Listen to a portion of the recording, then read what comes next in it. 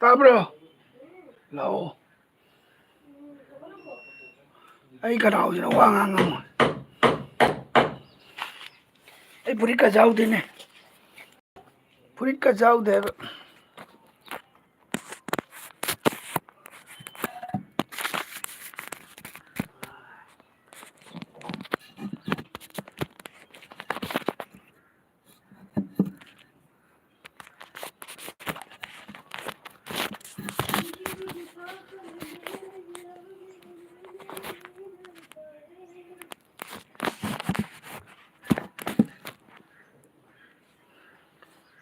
Hi.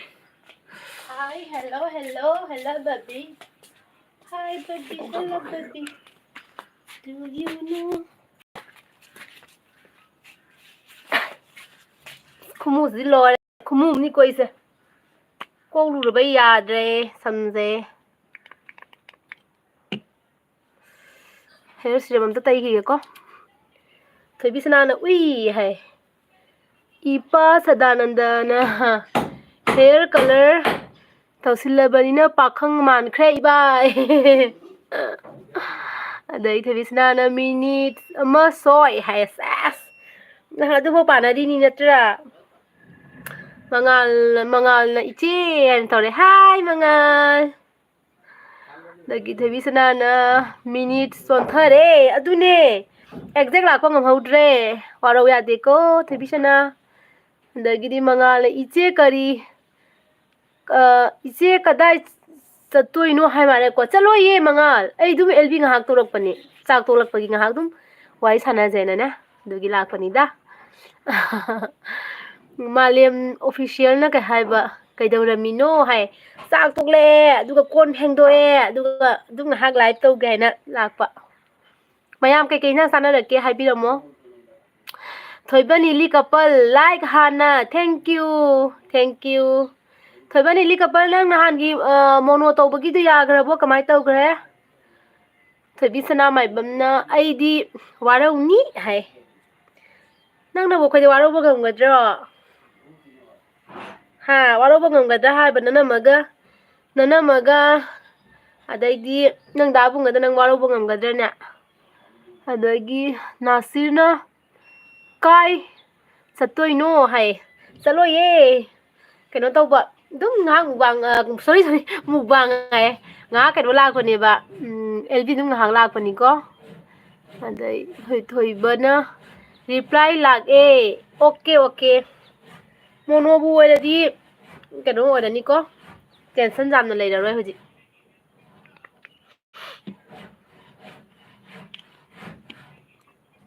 mayam kai kai jang sanarake haibiramo aise ngasi koklu yaba khangbra adudugi samje siram daisalibane ai hana jam musalle mayam labukta alu tanbaga kole hawai foibaga dane fajjana musalle yadre fajabagi matam loire da khoigi leisari ngai da ima ipa gi nakta lei ngai da khara ke hauba khara kejarakpado aduna loira male ataidi thajadre ko Jamadi kina haujarakpani bu yadre Thabisana na haiba adune laurise second ama phau mande kai hinjang noina ma ngasi to thabisana hangam samphut oina tawre mathel yame ngasi adagidi mangal na iche kari mathel charage mangal ngasi do hangam samphut oina chare roidi ke kai nang charake hairumune hangam samphut ama chare adaidi hangam samphut nate hangam samthong ai ni ne hangam samthong ama tawre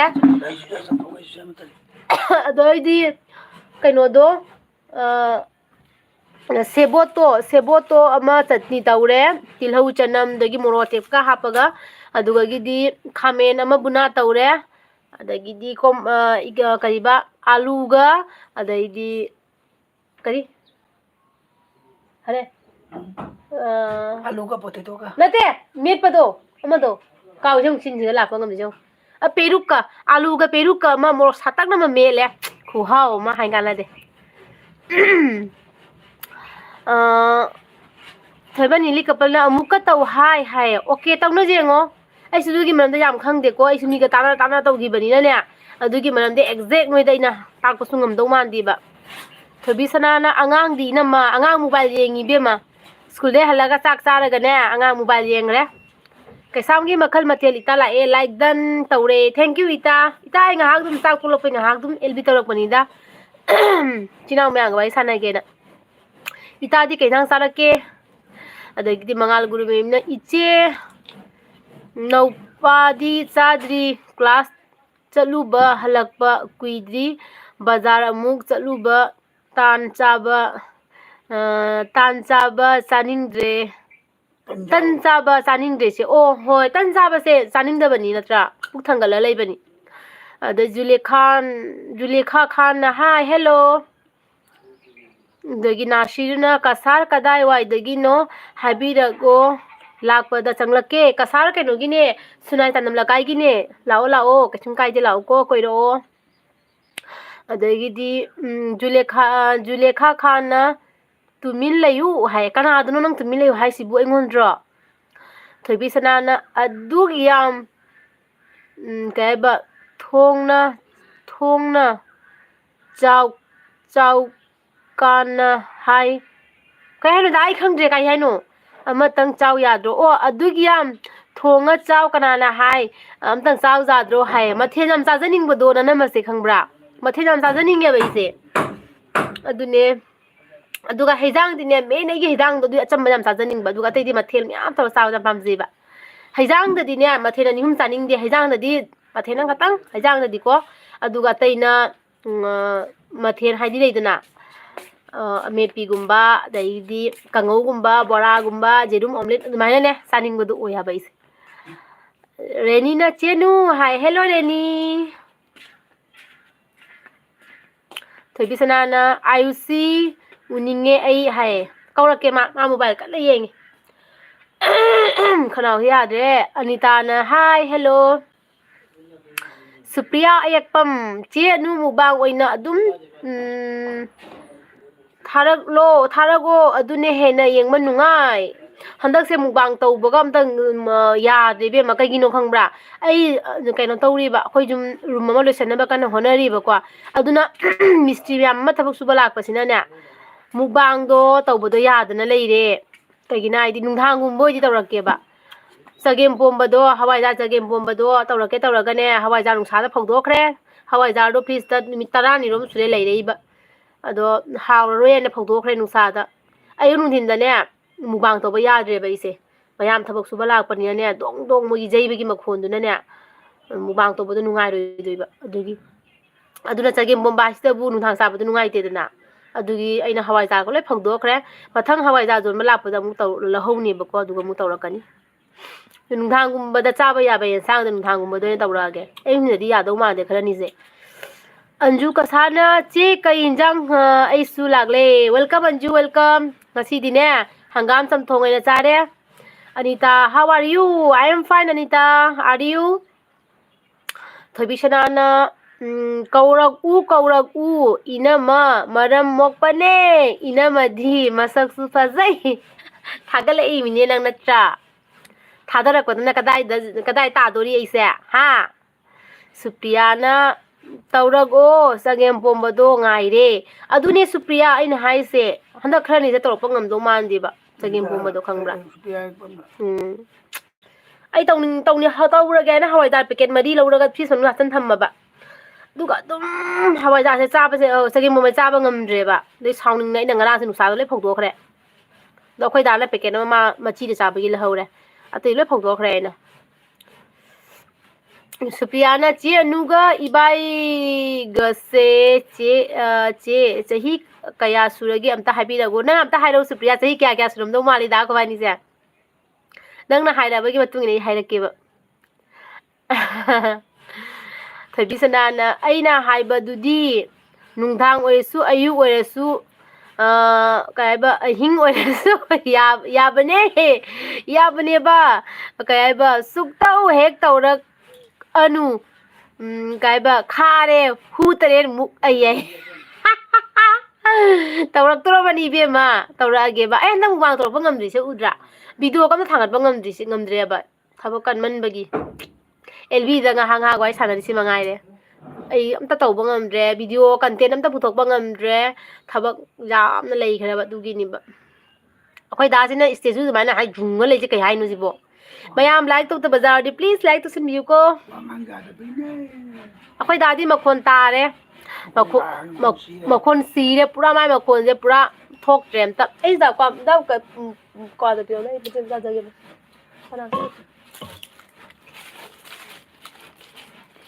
ꯊꯣꯏꯕꯤ ꯁꯅꯥꯅ ꯇꯧꯔꯛꯀꯅꯨ ꯑꯝꯇ ꯈꯥꯔꯦ ꯍꯥꯏꯗꯤ ꯈꯥꯔꯦ ꯊꯣꯏꯕꯤꯁꯅꯥ ꯑꯩꯈꯣꯏꯒꯤ ꯉꯁꯤꯒꯤ ꯀꯩꯅꯣꯁꯦ ꯌꯥꯝꯅ ꯍꯥꯏꯗꯤ ꯃꯌꯦꯛ ꯁꯦꯡꯗꯕ꯭ꯔꯥ ꯀꯃꯥꯏꯅ ꯇꯧꯏ ꯕ꯭ꯂꯔ ꯆꯠꯄ꯭ꯔꯥ ꯑꯩꯈꯣꯏꯒꯤ ꯀꯩꯅꯣꯁꯦ ꯑꯦꯜꯕꯤꯁꯦ ꯌꯦꯡꯉꯨꯅꯦ ꯑꯝꯇ ꯍꯥꯏꯔꯛꯎꯅꯦ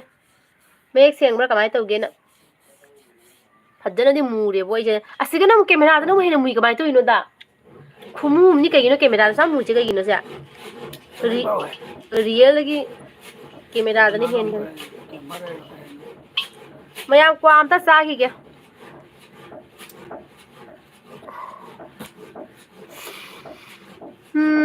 ꯒꯤꯠꯁ ꯌꯦꯁ ꯂꯥꯏꯀꯣꯟ ꯍꯥꯏꯌꯦ ꯂꯥꯏꯀꯣꯟꯗꯒꯤꯅꯤ ꯍꯥꯏ ꯃꯥꯜꯂꯦꯀꯣ ꯊꯦꯡꯀ꯭ꯌꯨ ꯂꯥꯏꯀꯣꯟ ꯍꯥꯏꯔꯒꯅꯦ ꯑꯗꯒꯤꯗꯤ ꯊꯣꯏꯕꯤ ꯁꯅꯥꯅ ꯗꯥꯕꯨꯡ ꯍꯅꯨꯕ ꯃꯈꯣꯜ ꯃꯥꯜꯂꯤ ꯑꯗꯨꯅꯤ ꯍꯥꯏꯗꯣ ꯃꯈꯣꯜꯁꯦ ꯂꯣꯏ ꯁꯤꯔꯕ ꯃꯥꯁꯦ ꯍꯟꯗꯛ ꯀꯩꯗꯧꯕꯅꯣ ꯈꯪꯗꯦ ꯁꯨꯄ꯭ꯔꯤꯌꯥꯅ ꯆꯦ ꯅ꯭ꯌꯨꯁꯁꯦ 36 ꯀꯨꯝꯕ ꯃꯥꯜꯂꯦ ꯏꯕꯥꯏꯅ ꯈꯔꯗꯤ ꯍꯜꯂꯝꯒꯅꯤ ꯈꯪꯉꯦ ꯌꯦꯡꯕꯗ ꯑꯗꯣ ꯏꯕꯥꯏꯒꯤꯅ ꯀꯌꯥ ꯑꯣꯏꯗꯣꯏꯅꯣ ꯍꯥꯏꯔꯧꯅꯦ ꯁꯨꯄ꯭ꯔꯤꯌꯥ ꯅꯪ ꯀꯗꯥꯏꯒꯤ ꯑꯣꯏꯗꯣꯏꯅꯣ ꯃꯐꯝ ꯍꯥꯏꯔꯝꯃꯣ ꯑꯩꯉꯣꯟꯗ ꯑꯗꯒꯤꯗꯤ ꯎꯁꯥꯔꯥꯅꯤꯅ ꯃꯌꯦꯛ ꯁꯦꯡꯗꯦ ꯑꯩꯍꯥꯛ ꯑꯃꯨꯛꯀꯤ ꯃꯌꯦꯛ ꯁꯦꯡꯗ꯭ꯔꯣ ꯀꯩꯒꯤꯅꯣ ꯃꯌꯦꯛ ꯁꯦꯡꯗꯦ ꯍꯥꯏꯁꯦ ꯀꯩꯒꯤꯅꯣ ꯁꯤꯕꯣ ꯅꯥꯁꯤꯔꯅ ꯀꯩꯅꯣ ꯕ꯭ꯂꯔ ꯆꯠꯂꯦ ꯍꯥꯏ ꯅꯪ ꯃꯣꯕꯥꯏꯜ ꯑꯝꯇ ꯌꯦꯡꯉꯨ ꯀꯌꯥꯝ ꯌꯥꯝ ꯕ꯭ꯂꯔ ꯆꯠꯀꯦ ꯌꯦꯡꯉꯨ ꯁꯅꯥꯕꯤ ꯊꯣꯏꯕꯤ ꯁꯅꯥꯅ ꯑꯣ ꯑꯩꯁꯨ ꯁꯅꯥꯕꯤ ꯀꯩ ꯍꯥꯏꯕ ꯁꯅꯥꯕꯤ ꯐꯣꯟꯗꯣ ꯄꯨꯔꯛꯎ ꯂꯥꯡꯉꯛꯄꯩꯔꯣ ꯃꯌꯦꯛ ꯑꯃꯨꯛ ꯍꯪꯉꯛꯏꯗꯨ ꯍꯪꯉꯛꯏꯗꯨꯅ ꯀꯩꯝ ꯇꯧꯗꯦ ꯃꯌꯦꯛꯀ ꯑꯩ ꯊꯣꯛꯄ ꯌꯦꯡꯐꯝ ꯊꯣꯛꯄ ꯌꯦꯡꯉꯤ ꯏꯅꯝꯃꯁꯨ ꯊꯥꯐꯝ ꯊꯣꯛꯄ ꯊꯥꯎ ꯍꯥꯏ ꯈꯨꯀꯦꯡꯗꯤ ꯑꯉꯥꯡꯁꯦ ꯄꯤꯔꯛꯎꯍꯦ ꯄꯨꯁꯄꯥ ꯂꯥꯛꯑꯦ ꯍꯥꯏ ꯆꯦ ꯏꯆꯦ ꯅꯪ ꯗ꯭ꯌꯨꯇꯤꯗꯒꯤ ꯀꯩꯅꯣ ꯇꯧꯔꯛꯏꯔꯣ ꯄꯨꯁꯄꯥ ꯅꯣꯏ ꯏꯕꯥꯏꯅ ꯉꯁꯥꯏꯗ ꯍꯥꯏꯅꯤ ꯅꯣꯏ ꯏꯆꯦꯅ ꯉꯁꯥꯏꯗ ꯍꯥꯏꯅꯤ ꯄꯨꯁꯄꯥꯗꯣ ꯌꯥꯎꯔꯦ ꯅꯨꯡꯉꯥꯏꯇꯦ ꯃꯥꯅ ꯊꯦꯡꯀ꯭ꯌꯨ ꯅꯪꯒꯤ ꯑꯆꯤꯟꯕ ꯀꯥꯏꯊꯣꯛꯑꯒ ꯅꯆꯦꯒꯤ ꯑꯦꯜꯕꯤꯗ ꯌꯥꯎꯕꯤꯔꯛꯄꯒꯤ ꯊꯦꯡꯀ꯭ꯌꯨ ꯁꯣ ꯃꯆ ꯄꯨꯁꯄꯥ ꯕ꯭ꯂꯔ ꯆꯠꯂꯦ ꯀꯥꯏꯔꯒ ꯑꯣꯏꯔꯒ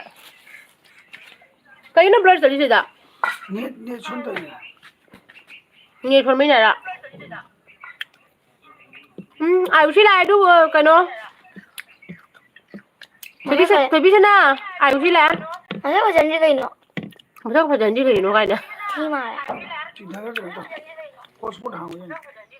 ꯀꯥꯏꯗ ꯁꯨꯃꯥꯏꯅ ꯁꯤꯔꯣ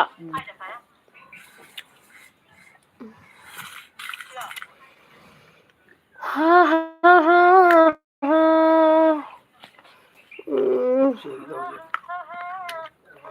ꯑꯗꯒꯤꯗꯤ ꯄꯣꯠꯁꯝꯕꯝꯅ ꯆꯦꯅꯨ ꯍꯥꯏ ꯍꯦꯜꯂꯣ ꯄꯣꯠꯁꯝꯕꯝ ꯋꯦꯜꯀꯝ ꯆꯥꯛ ꯆꯥꯔꯕꯣ ꯀꯩ ꯏꯟꯖꯥꯡ ꯆꯥꯒꯦ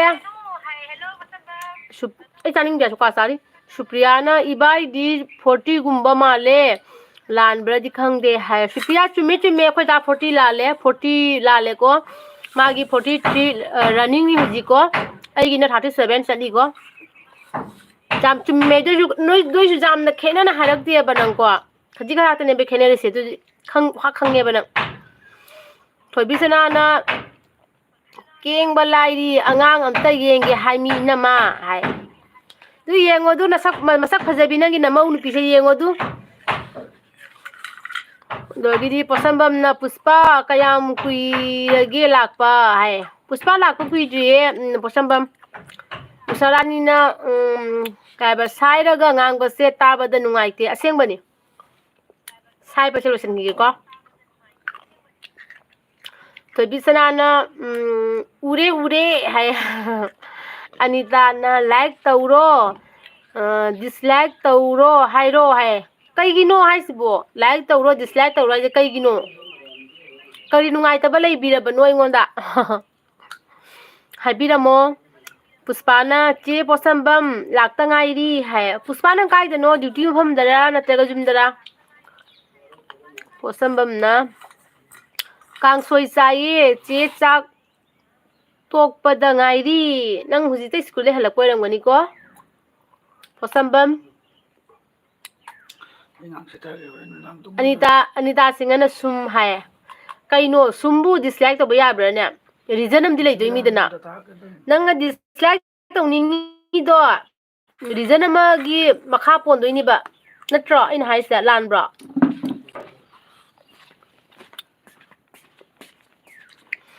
ꯑꯗꯒꯤꯗꯤ ꯅꯥꯁꯤꯔꯅ ꯕ꯭ꯔꯣꯁꯦ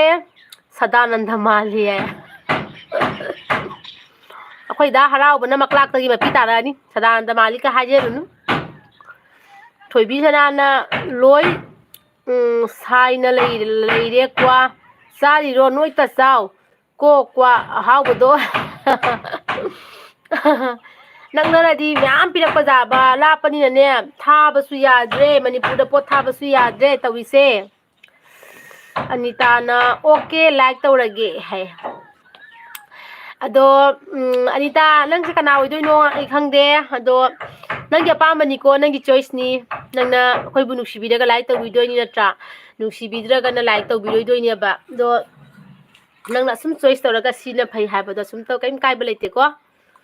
ꯅꯨꯡꯁꯤꯕꯤꯔꯕꯗꯤ ꯂꯥꯏꯛ ꯇꯧꯕꯤꯌꯨ ꯑꯗꯣꯅ ꯈ꯭ꯋꯥꯏꯗꯒꯤꯕꯨꯗꯤ ꯑꯊꯣꯏꯕꯅꯤꯗꯣ ꯀꯩꯒꯨꯝꯕ ꯅꯨꯡꯁꯤꯕꯤꯗ꯭ꯔꯦ ꯅꯪꯅ ꯂꯥꯏꯛ ꯇꯧꯅꯤꯡꯗ꯭ꯔꯦ ꯀꯩꯝ ꯀꯥꯏꯕ ꯂꯩꯇꯦꯀꯣ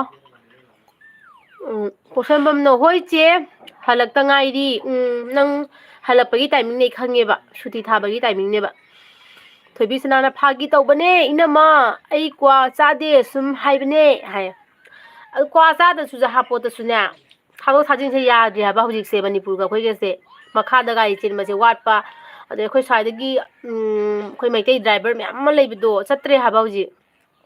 ꯍꯥꯟꯅꯗꯤ ꯀꯌꯥꯝ ꯅꯨꯡꯉꯥꯏ ꯄꯣꯠ ꯊꯥꯗꯣꯛ ꯊꯥꯖꯤꯟ ꯇꯧꯕꯗꯣ ꯄꯣꯠꯁꯝꯕꯝꯅ ꯀꯩ ꯍꯤꯟꯖꯥꯡ ꯆꯥꯒꯦ ꯆꯦꯅꯨ ꯉꯁꯤꯅꯦ ꯍꯪꯒꯥꯝ ꯆꯝꯊꯣꯡ ꯆꯥꯏ ꯄꯣꯠꯁꯝꯕꯝ ꯉꯁꯤ ꯃꯊꯦꯜ ꯌꯥꯝꯃꯤ ꯍꯥꯎꯔꯦ ꯌꯥꯝꯅ ꯉꯁꯤ ꯁꯨꯄ꯭ꯔꯤꯌꯥꯅ ꯏꯁꯩ ꯑꯝꯇ ꯁꯛꯂꯛꯑꯣ ꯆꯦꯅꯨ ꯏꯁꯩ ꯌꯥꯝ ꯍꯩꯗꯥꯏꯅꯦ ꯀꯥꯏ ꯏꯁꯩ ꯀꯗꯥꯏꯗꯤ ꯏꯁꯩꯅꯣꯍꯦ ꯏꯁꯩꯒ ꯍꯩꯕꯖꯥꯠ ꯅꯠꯇꯦ ꯑꯩꯁꯦ ꯑꯗꯨꯝ ꯃꯌꯥꯝꯅ ꯁꯧ ꯁꯧ ꯍꯥꯏꯕꯒꯤꯅꯦ ꯑꯗꯨꯝ ꯏꯁꯩ ꯈꯔ ꯑꯗꯨꯝ ꯄꯥꯝꯖꯕꯀꯣ ꯈꯣꯟꯒ ꯐꯖꯅ ꯁꯛꯄꯒꯤ ꯅꯠꯇꯦꯗ ꯄꯥꯝꯕꯩꯅꯦꯕ ꯏꯁꯩ ꯄꯥꯝꯖꯔꯨꯕꯒꯤ ꯍꯥꯏꯇꯥꯔꯦ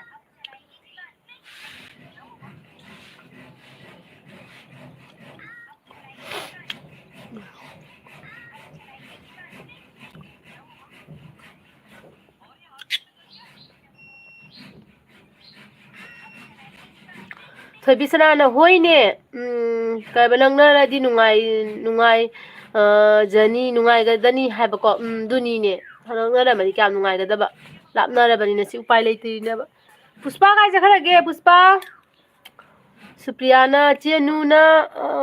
ꯍꯪꯂꯤꯗꯣ ꯑꯩ ꯃꯅꯤꯄꯨꯔꯒꯤꯅꯤ ꯍꯥꯏꯌꯣ ꯃꯥ ꯃꯅꯤꯄꯨꯔꯒꯤꯔꯣ ꯃꯅꯤꯄꯨꯔ ꯀꯋꯥꯏꯒꯤꯅꯣ ꯁꯨꯄ꯭ꯔꯤꯌꯥ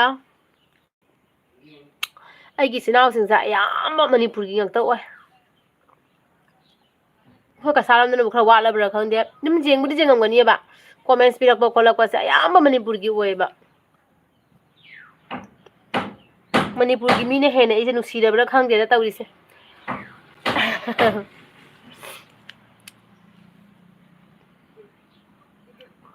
ꯁꯨꯄ꯭ꯔꯤꯌꯥꯅ ꯁꯒꯣꯜꯕꯟꯒꯤꯅꯦ ꯆꯦ ꯍꯥꯏ ꯑꯣ ꯁꯨꯄ꯭ꯔꯤꯌꯥ ꯃꯅꯤꯄꯨꯔꯗ ꯂꯥꯛꯑꯗꯤ ꯎꯅꯁꯤꯀꯣ ꯈꯪꯗꯦꯗ ꯑꯩꯁꯦ ꯀꯔꯝ ꯀꯥꯟꯗ ꯂꯥꯛꯇꯣꯏꯅꯣ ꯃꯪꯒꯨꯝꯕꯅꯤꯗ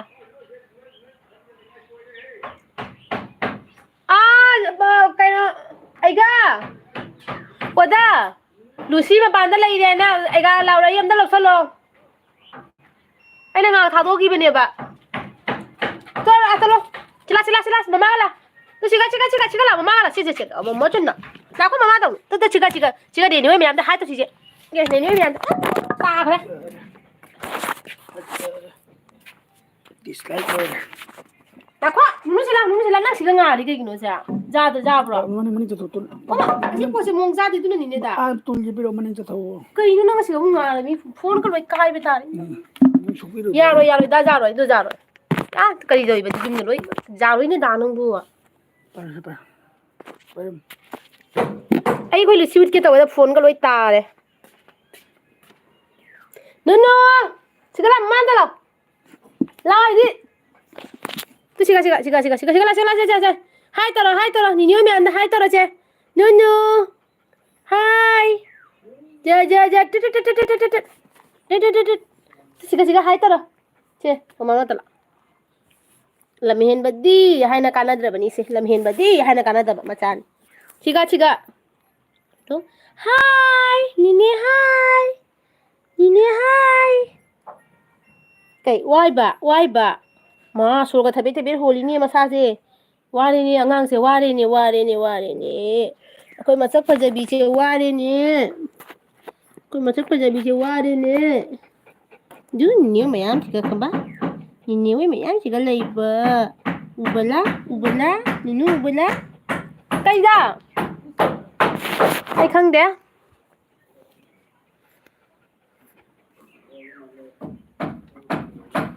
ꯄꯨꯁꯄꯥꯅ ꯂꯩꯌꯦ ꯆꯦ ꯄꯣꯠꯁꯝꯕꯝ ꯍꯥꯏꯔꯗꯤ ꯁꯨꯄ꯭ꯔꯤꯌꯥꯅ ꯍꯣꯏ ꯆꯦ ꯁꯣꯏꯗꯅ ꯊꯦꯡꯅꯁꯤ ꯄꯣꯠꯁꯝꯕꯝꯅ ꯑꯗꯨꯗꯤ ꯑꯩꯇ ꯉꯥꯏꯔꯕꯣ ꯆꯦꯒꯤ ꯐꯨꯜ ꯁꯞꯄꯣꯔꯠ ꯇꯧꯔꯤꯁꯦ ꯀꯁꯥꯔꯒꯤ ꯍꯥꯏꯌꯦ ꯄꯣꯠꯁꯝꯕꯝ ꯈꯪꯗꯦꯕꯣ ꯑꯌꯥꯝꯕꯅꯦ ꯈꯪꯕ꯭ꯔꯥ ꯑꯩꯉꯣꯟꯗ ꯀꯩꯅꯣ ꯇꯧꯔꯛꯇꯦꯅꯦ ꯀꯣꯃꯦꯟꯁ ꯂꯥꯛꯇꯦ ꯈꯪꯉꯕ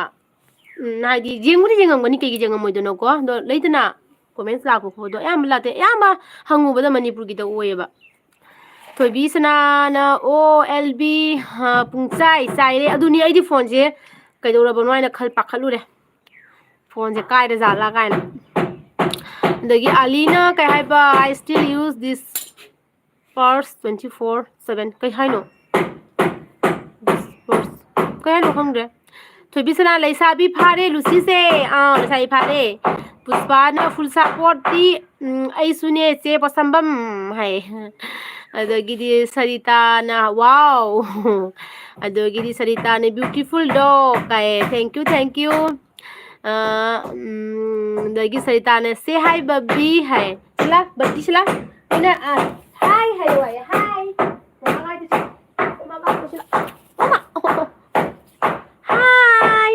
Hi, hello. Hi. Torokan. Hello. Hello daw sisna. Hello. Hi. Torokan mga torokan tu. Tu. Tu. Nana chu. Chiga jeng. Chu.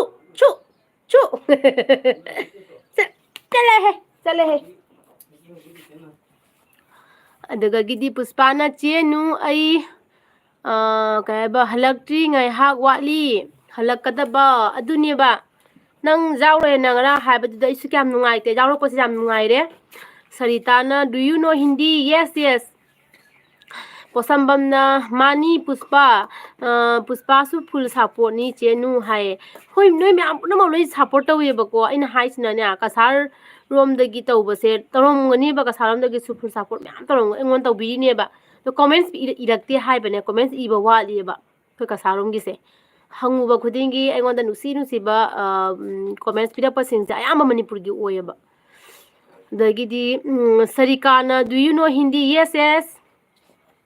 ꯄꯨꯁꯄꯥꯅ ꯀꯩ ꯍꯥꯏꯕ ꯉꯁꯤꯁꯦ ꯑꯩꯈꯣꯏ ꯑꯍꯨꯝ ꯄꯨꯜꯂꯒ ꯋꯥꯔꯤ ꯁꯥꯟꯅꯅꯤꯡꯉꯤ ꯀꯣꯜ ꯑꯣꯏꯅ ꯆꯦ ꯄꯣꯠꯁꯝꯕꯝ ꯆꯦ ꯅꯨ ꯍꯥꯏ ꯑꯣꯀꯦ ꯀꯩꯁꯨ ꯀꯥꯏꯗꯦ ꯀꯣꯜ ꯍꯣꯔꯦꯟ ꯇꯧꯅꯁꯤ ꯁꯨꯄ꯭ꯔꯤꯌꯥꯅ ꯆꯦ ꯅꯨ ꯀꯩ ꯍꯥꯏꯕ ꯉꯧꯕ ꯃꯇꯦꯛ ꯑꯝꯇ ꯀꯔꯤ ꯅꯪꯕꯣ ꯃꯇꯦꯛ ꯑꯝꯇ ꯁꯛꯑꯣ ꯏꯁꯩ ꯅꯕꯨꯛ ꯐꯠꯇꯕ ꯇꯧꯅꯨ ꯍꯥꯏ ꯁꯛꯀꯦ ꯁꯨꯄ꯭ꯔꯤꯌꯥ ꯀꯩ ꯏꯁꯩ ꯁꯛꯂꯧꯒꯦ ꯍꯥꯏꯔꯛꯎꯅꯦ ꯏꯁꯩ ꯃꯌꯦꯛꯇꯣ ꯍꯥꯏꯔꯛꯎꯀꯣ ꯑꯩꯅ ꯉꯝꯕ ꯑꯣꯏꯗꯤ ꯁꯛꯄꯤꯔꯛꯑꯒꯦ ꯑꯗꯨꯒ ꯉꯝꯗꯕ ꯑꯣꯏꯗꯤ ꯑꯇꯣꯞꯄ ꯑꯃ ꯈꯜꯂꯛꯑꯣ सरिका खाना हुआ है ओके हाँ खा लिया खाना खा लिया आपने खा लिया क्या सरिका आप कहाँ से हो उषारानी न मणिपुर दसु लागू चाक चरा अमतंग चासे नंगी पाउखुम पामे होइदी पाउखुम पिरक ओय कई ꯍꯣꯏ ꯂꯥꯛꯀꯅꯤ ꯎꯁꯥꯔꯥꯅꯤ ꯑꯩꯈꯣꯏ ꯂꯥꯛꯀꯅꯤ ꯃꯅꯤꯄꯨꯔꯗ ꯑꯗꯣ ꯀꯔꯝ ꯀꯥꯟꯗ ꯂꯥꯛꯀꯗꯕꯅꯣ ꯑꯗꯨꯗꯤ ꯍꯥꯏꯕ ꯉꯝꯗꯦ ꯂꯥꯛꯀꯅꯤ ꯁꯣꯏꯗꯅ ꯂꯥꯛꯀꯅꯤ ꯃꯅꯤꯄꯨꯔꯗꯀꯣ ꯃꯅꯤꯄꯨꯔꯗꯗꯤ ꯂꯥꯛꯀꯗꯕꯒꯤ ꯃꯔꯝꯁꯨ ꯃꯌꯥꯝ ꯑꯃ ꯂꯩꯔꯤꯅꯦꯕ ꯑꯗꯣ ꯀꯔꯝ ꯀꯥꯟꯗ ꯂꯥꯛꯇꯣꯏꯕ ꯍꯧꯖꯤꯛꯇꯒꯤ ꯍꯥꯏꯕ ꯉꯝꯗꯦꯅꯀꯣ ꯁꯔꯤꯀꯥꯅ ꯅꯥꯏꯁ ꯍꯤꯌꯔ hi thank you so much ꯊꯣꯏꯕꯤꯁꯅꯥꯅ ꯂꯨꯁꯤ ꯍꯥꯏ ꯁꯥꯟꯅꯔꯤ ꯃꯥꯁꯤꯒ ꯑꯩꯅ ꯉꯥꯏꯍꯥꯛ ꯊꯥꯗꯣꯛꯏꯕꯀꯣ ꯑꯗꯣ ꯃꯥ ꯒꯦꯠ ꯍꯥꯡꯗꯣꯛꯅ ꯂꯩꯕ ꯊꯣꯡꯒꯥꯟꯗꯒ ꯊꯣꯛꯇꯅ ꯃꯥ ꯀꯥꯏ ꯌꯧꯔꯨꯔꯦ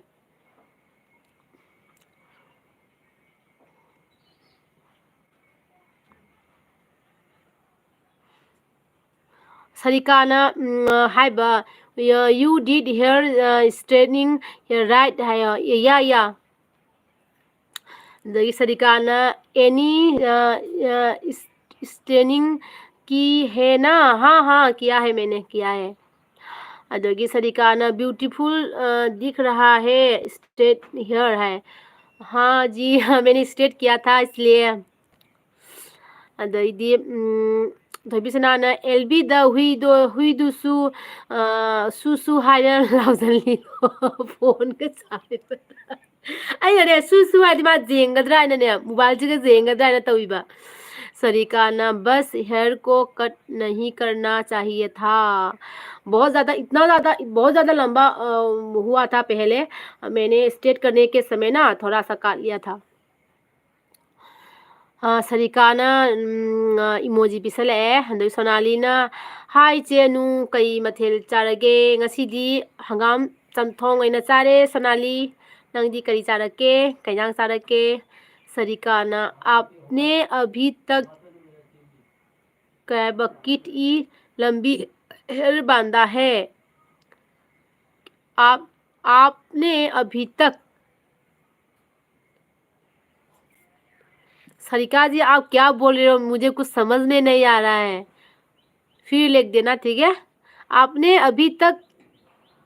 कितनी लंबी हेयर बधाई है मुझे समझ में नहीं आ रहा है पोसमबमना हाइबा थोबिसना कई हिंजांग चागे हना थोबिसना दा हंगरे मी से लिख खरेने थोबिसना ना कोबी साग चाइचे ए सुप्रियाना नोंग ngම්ꯃꯗꯤ ꯐꯥꯖꯧ तौबदो सकलगो चेनु नसु पामजबा माले पामे दी से याम पामे दो सकपदी मयेकदी याम फादी पामबुदी याम पामबा ngම්ꯃꯗꯤ फाजौ दुदरत्रा दु फजबनी को दुसेदा आइगी कैनोदसु इंट्रो कैनोदा कई हैगनी आइगी चैनल की वीडियो की हगलपदसु इना हापनी मदु से याम फजबको अꯩꯅ ꯌꯥꯝ ꯄꯥꯝꯖꯕ ꯏꯁꯩꯅꯤ ꯊꯣꯏꯕꯤꯁꯅꯥꯅ ꯌꯦꯡꯕꯩ ꯃꯍꯨꯠ ꯐꯣꯟꯗꯣ ꯄꯥꯏꯔꯝꯂꯗꯤ ꯏꯅꯝꯃꯅ ꯇꯧꯗꯣꯏ ꯃꯑꯣꯡꯗꯣ ꯎꯔꯦ ꯃꯤꯠꯇ ꯑꯩ ꯐꯣꯟꯒꯁꯦ ꯀꯥꯏꯔꯕ ꯑꯩ ꯐꯖꯅ ꯀꯞꯀꯅꯤ ꯅꯨꯃꯤꯠ 5 10ꯅꯤꯒ ꯀꯞꯀꯅꯤ ꯀꯩꯅꯣ ꯍꯥꯏꯗꯤ ꯁꯤ ꯐꯣꯟꯁꯦ ꯂꯧꯕ ꯀꯨꯏꯗ꯭ꯔꯤꯕ ꯈꯪꯕ꯭ꯔꯥ ꯏꯀꯨꯏ ꯀꯨꯏꯖꯗ꯭ꯔꯤꯕ ꯁꯤ ꯐꯣꯟꯁꯦ ꯂꯧꯖꯕꯩ ꯑꯗꯨꯅ ꯁꯤ ꯐꯣꯟꯁꯦ ꯀꯥꯏꯈ꯭ꯔꯗꯤ ꯑꯩꯗꯤ ꯐꯖꯅ ꯀꯞꯀꯅꯤꯕꯣ ꯐꯣꯟ ꯑꯃ ꯂꯧꯕ ꯀꯥꯏꯁꯦ ꯂꯤꯁꯤꯡ 23 19 30 ꯉꯥꯌꯥꯖꯧꯅ ꯄꯣꯠ ꯑꯃ ꯂꯧꯕ ꯀꯥꯏꯁꯦ ꯌꯥꯝ ꯋꯥꯅ ꯂꯧꯖꯩꯕ ꯂꯩꯇꯖꯤꯜ ꯑꯩꯈꯣꯏ ꯌꯥꯝꯅ ꯂꯩ ꯄꯩꯁꯥ ꯄꯥꯏꯕꯁꯨ ꯅꯠꯆꯗꯕꯅꯤꯅ ꯀꯩꯒꯨꯝꯕ ꯀꯥꯏꯈ꯭ꯔꯕ ꯑꯩ ꯀꯞꯀꯅꯤ ꯐꯖꯅ ꯀꯞꯀꯅꯤ ꯑꯁꯦꯡꯕ ꯊꯣꯏꯕꯤꯁꯅꯥꯅ ꯁꯤ ꯍꯥꯏꯈ꯭ꯔꯦꯀꯣ ꯁꯣꯅꯥꯂꯤꯅ ꯆꯦ ꯑꯩꯗꯤ ꯉꯁꯤꯁꯤ ꯍꯋꯥꯏꯒ ꯀꯣꯕꯤ ꯁꯥꯛꯀ ꯑꯣꯏꯅ ꯆꯥꯔꯦ ꯑꯩꯅꯦ ꯁꯣꯝ ꯅꯥꯀꯟꯗ ꯊꯣꯛꯀꯦ ꯈꯪꯕ꯭ꯔꯥ ꯃꯣꯏ ꯊꯕꯛ ꯁꯨꯕꯁꯦ ꯂꯥꯡꯉꯦꯕ ꯌꯥꯝꯅ ꯈꯪꯕ꯭ꯔꯥ ꯀ꯭ꯋꯥ ꯃꯆꯦꯠ ꯈꯛꯇꯪꯒ ꯆꯥꯔꯛꯈꯤꯒꯦ ꯊꯕꯛ ꯁꯨꯕ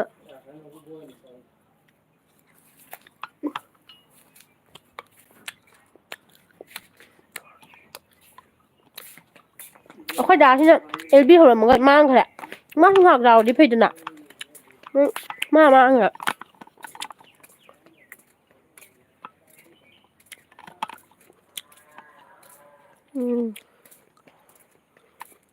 ꯁꯨꯄ꯭ꯔꯤꯌꯥꯒꯤ ꯏꯁꯩꯗꯣ ꯁꯛꯂꯛꯑꯒꯦ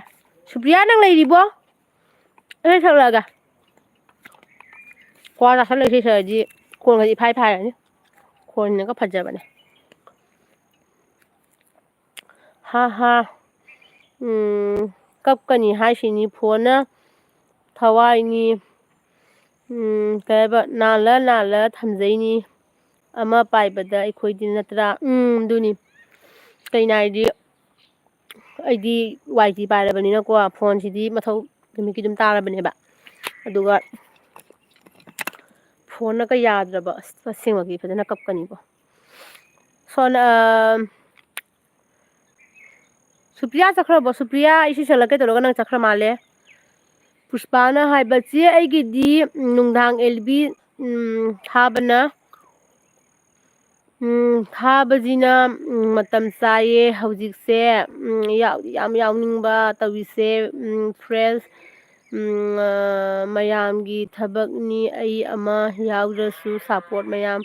ꯌꯥꯎꯔꯤꯁꯤꯅ ꯄꯦꯜꯂꯦ ꯍꯥꯏ ꯑꯗꯨꯅꯦ ꯑꯗꯣ ꯅꯨꯡꯗꯥꯡꯗꯁꯨ ꯇꯧꯔꯛꯀꯦꯕꯀꯣ ꯑꯩ ꯆꯥꯊꯕꯤꯒꯤ ꯑꯦꯛꯖꯥꯝ ꯂꯣꯏꯔꯒꯗꯤ ꯅꯨꯡꯗꯥꯡꯒ ꯁꯨꯝ ꯇꯧꯔꯛꯀꯦꯕ ꯑꯩꯁꯦ ꯃꯥꯒꯤ ꯑꯦꯛꯖꯥꯝ ꯂꯩꯕꯁꯤꯒꯅꯦ ꯑꯗꯨꯗꯨꯅ ꯑꯩꯅ ꯀꯩꯅꯣ ꯇꯧꯕ ꯉꯝꯗꯦꯕ ꯍꯥꯏꯗꯤ ꯅꯨꯡꯗꯥꯡ ꯇꯧꯔꯛꯄꯗꯣ ꯀꯩꯅꯣ ꯃꯨꯁꯤ ꯃꯨꯔꯤꯁꯤꯕꯨ ꯃꯌꯥꯝ ꯃꯝꯕ꯭ꯔꯥ ꯑꯗꯨꯗꯤ सरिकाना आपके हेयर पहले कितने लंबे थे बहुत ज्यादा लंबे थे पहले और यहाँ तक काट दिया था ठीक है यहाँ तक पहले काटा था फिर लंबा लंबा हो गया बाद में फिर स्ट्रेट किया मैंने और थोड़ा सा काट दिया पहले तो बहुत ज्यादा लंबी थी मेरे कमर तक था बाल इतना ज्यादा लंबा हुआ था मेरा थोबीसनाना तुरेल मपान येंगे ने इनमा कदाइदा लेरिनो अई थोंगान थोगले हुजि अखोई गेट मपान दा अखोई गेट ता थोगले अरदी हरिकाना लंबे हेयर कब काटे कौन सी ईयर में लंबे बाल तो 3-4 साल ऐसा होगा मुझे ठीक से याद नहीं रहा 3-4 साल ऐसा होगा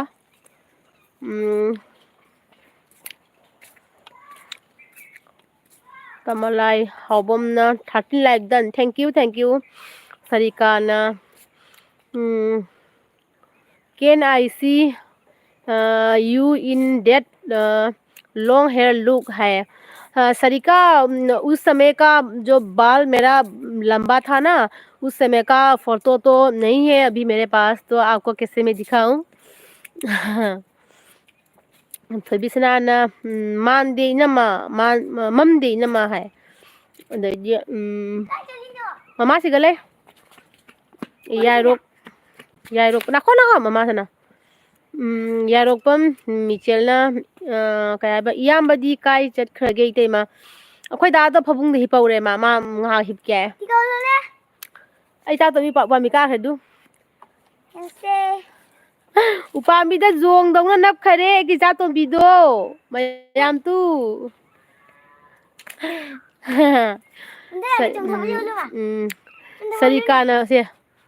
sarikana hi hello posambamna che nungdang so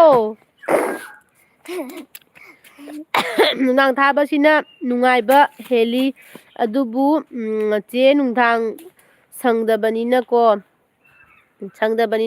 school हलगलगा ngaktasu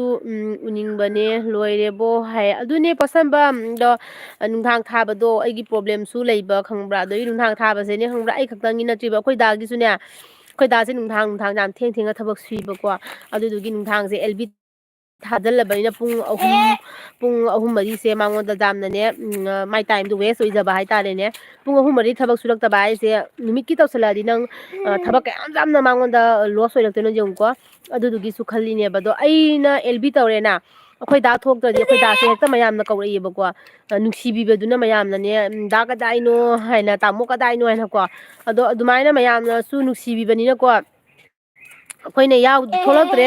दानसु नुंगाइजदबा अदुनेबा मरमजे यामग्रे हाइतारे अनि नंथांना LB तौजिसे चाथोबिगी कनो खक्तंग नतेबा सरिका नाइस विलेज है थैंक यू सरिका अदगिदी तमना लाई हाउबम कइनो तमना लाई हाउबम काइने आई कमेंट पाबिद्रे हाय तमना लाई खंगौद्रेने मथंग इरो पुष्पाना चे पोसंबम नंगसु नुंदांग पाम्ब्रा हाय नुंदांग सिदि मी अयाम लोय संगैनको अखोय गिदिने अयुं नुंथिनसु नुंदांग सु लोय संगदे हायबा तारे अखोय गि राइबक से याम फत्तबा लाइबक नि खंग्रा ꯁꯨꯔꯒ ꯆꯠꯂꯒ ꯆꯥꯕ ꯑꯩꯈꯣꯏꯁꯦ ꯁꯪꯕ ꯂꯩꯇꯦ ꯅꯨꯡꯗꯥꯡ ꯇꯧꯋꯤ ꯁꯪꯗꯦ ꯑꯌꯨꯛ ꯅꯨꯡꯊꯤꯜ ꯇꯧꯋꯤ ꯁꯪꯗꯕ ꯑꯗꯒꯤ ꯊꯣꯏꯕꯤꯁꯅꯥꯅ ꯍꯥꯏꯕꯤꯅꯨ ꯌꯣꯡ ꯀꯥꯏꯅ ꯑꯉꯥꯡꯗ ꯁꯔꯤꯀꯥꯅ ꯅꯥꯏꯁ ꯚꯤꯂꯦꯖ ꯊꯦꯡꯛ ꯌꯨ ꯁꯔꯤꯀꯥꯅ ꯋꯥꯌꯥꯔ are you from we are from Silchar Sarika are you from Sarika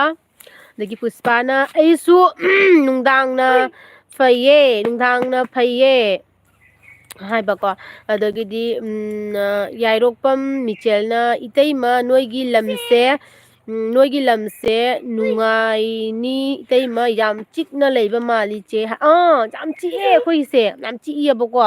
ꯑꯗꯣ ꯑꯩꯈꯣꯏ ꯗꯥꯗꯤ ꯇꯥꯎꯟꯗ ꯂꯩꯕꯁꯦ ꯌꯥꯗꯦꯕ ꯃꯥ ꯇꯥꯎꯟꯗ ꯂꯩꯅꯤꯡꯗꯦ ꯍꯥꯏ ꯑꯩꯈꯣꯏ ꯗꯥꯅ ꯃꯥ ꯇꯥꯎꯟꯗ ꯑꯩꯈꯣꯏꯒꯤ ꯌꯥꯝ ꯂꯥꯡꯕ ꯄꯥꯝꯗꯦꯕ ꯑꯩꯈꯣꯏ ꯗꯥꯁꯦ ꯏꯪꯅ ꯆꯤꯛꯅ ꯂꯩꯖꯕꯗꯣ ꯃꯥ ꯌꯥꯝ ꯄꯥꯝꯖꯩꯌꯦꯕ ꯑꯗꯣ ꯃꯥ ꯍꯥꯏꯕ ꯃꯥ ꯇꯥꯎꯟꯗ ꯂꯩꯕ ꯉꯝꯃꯣꯏ ꯍꯥꯏꯌꯦ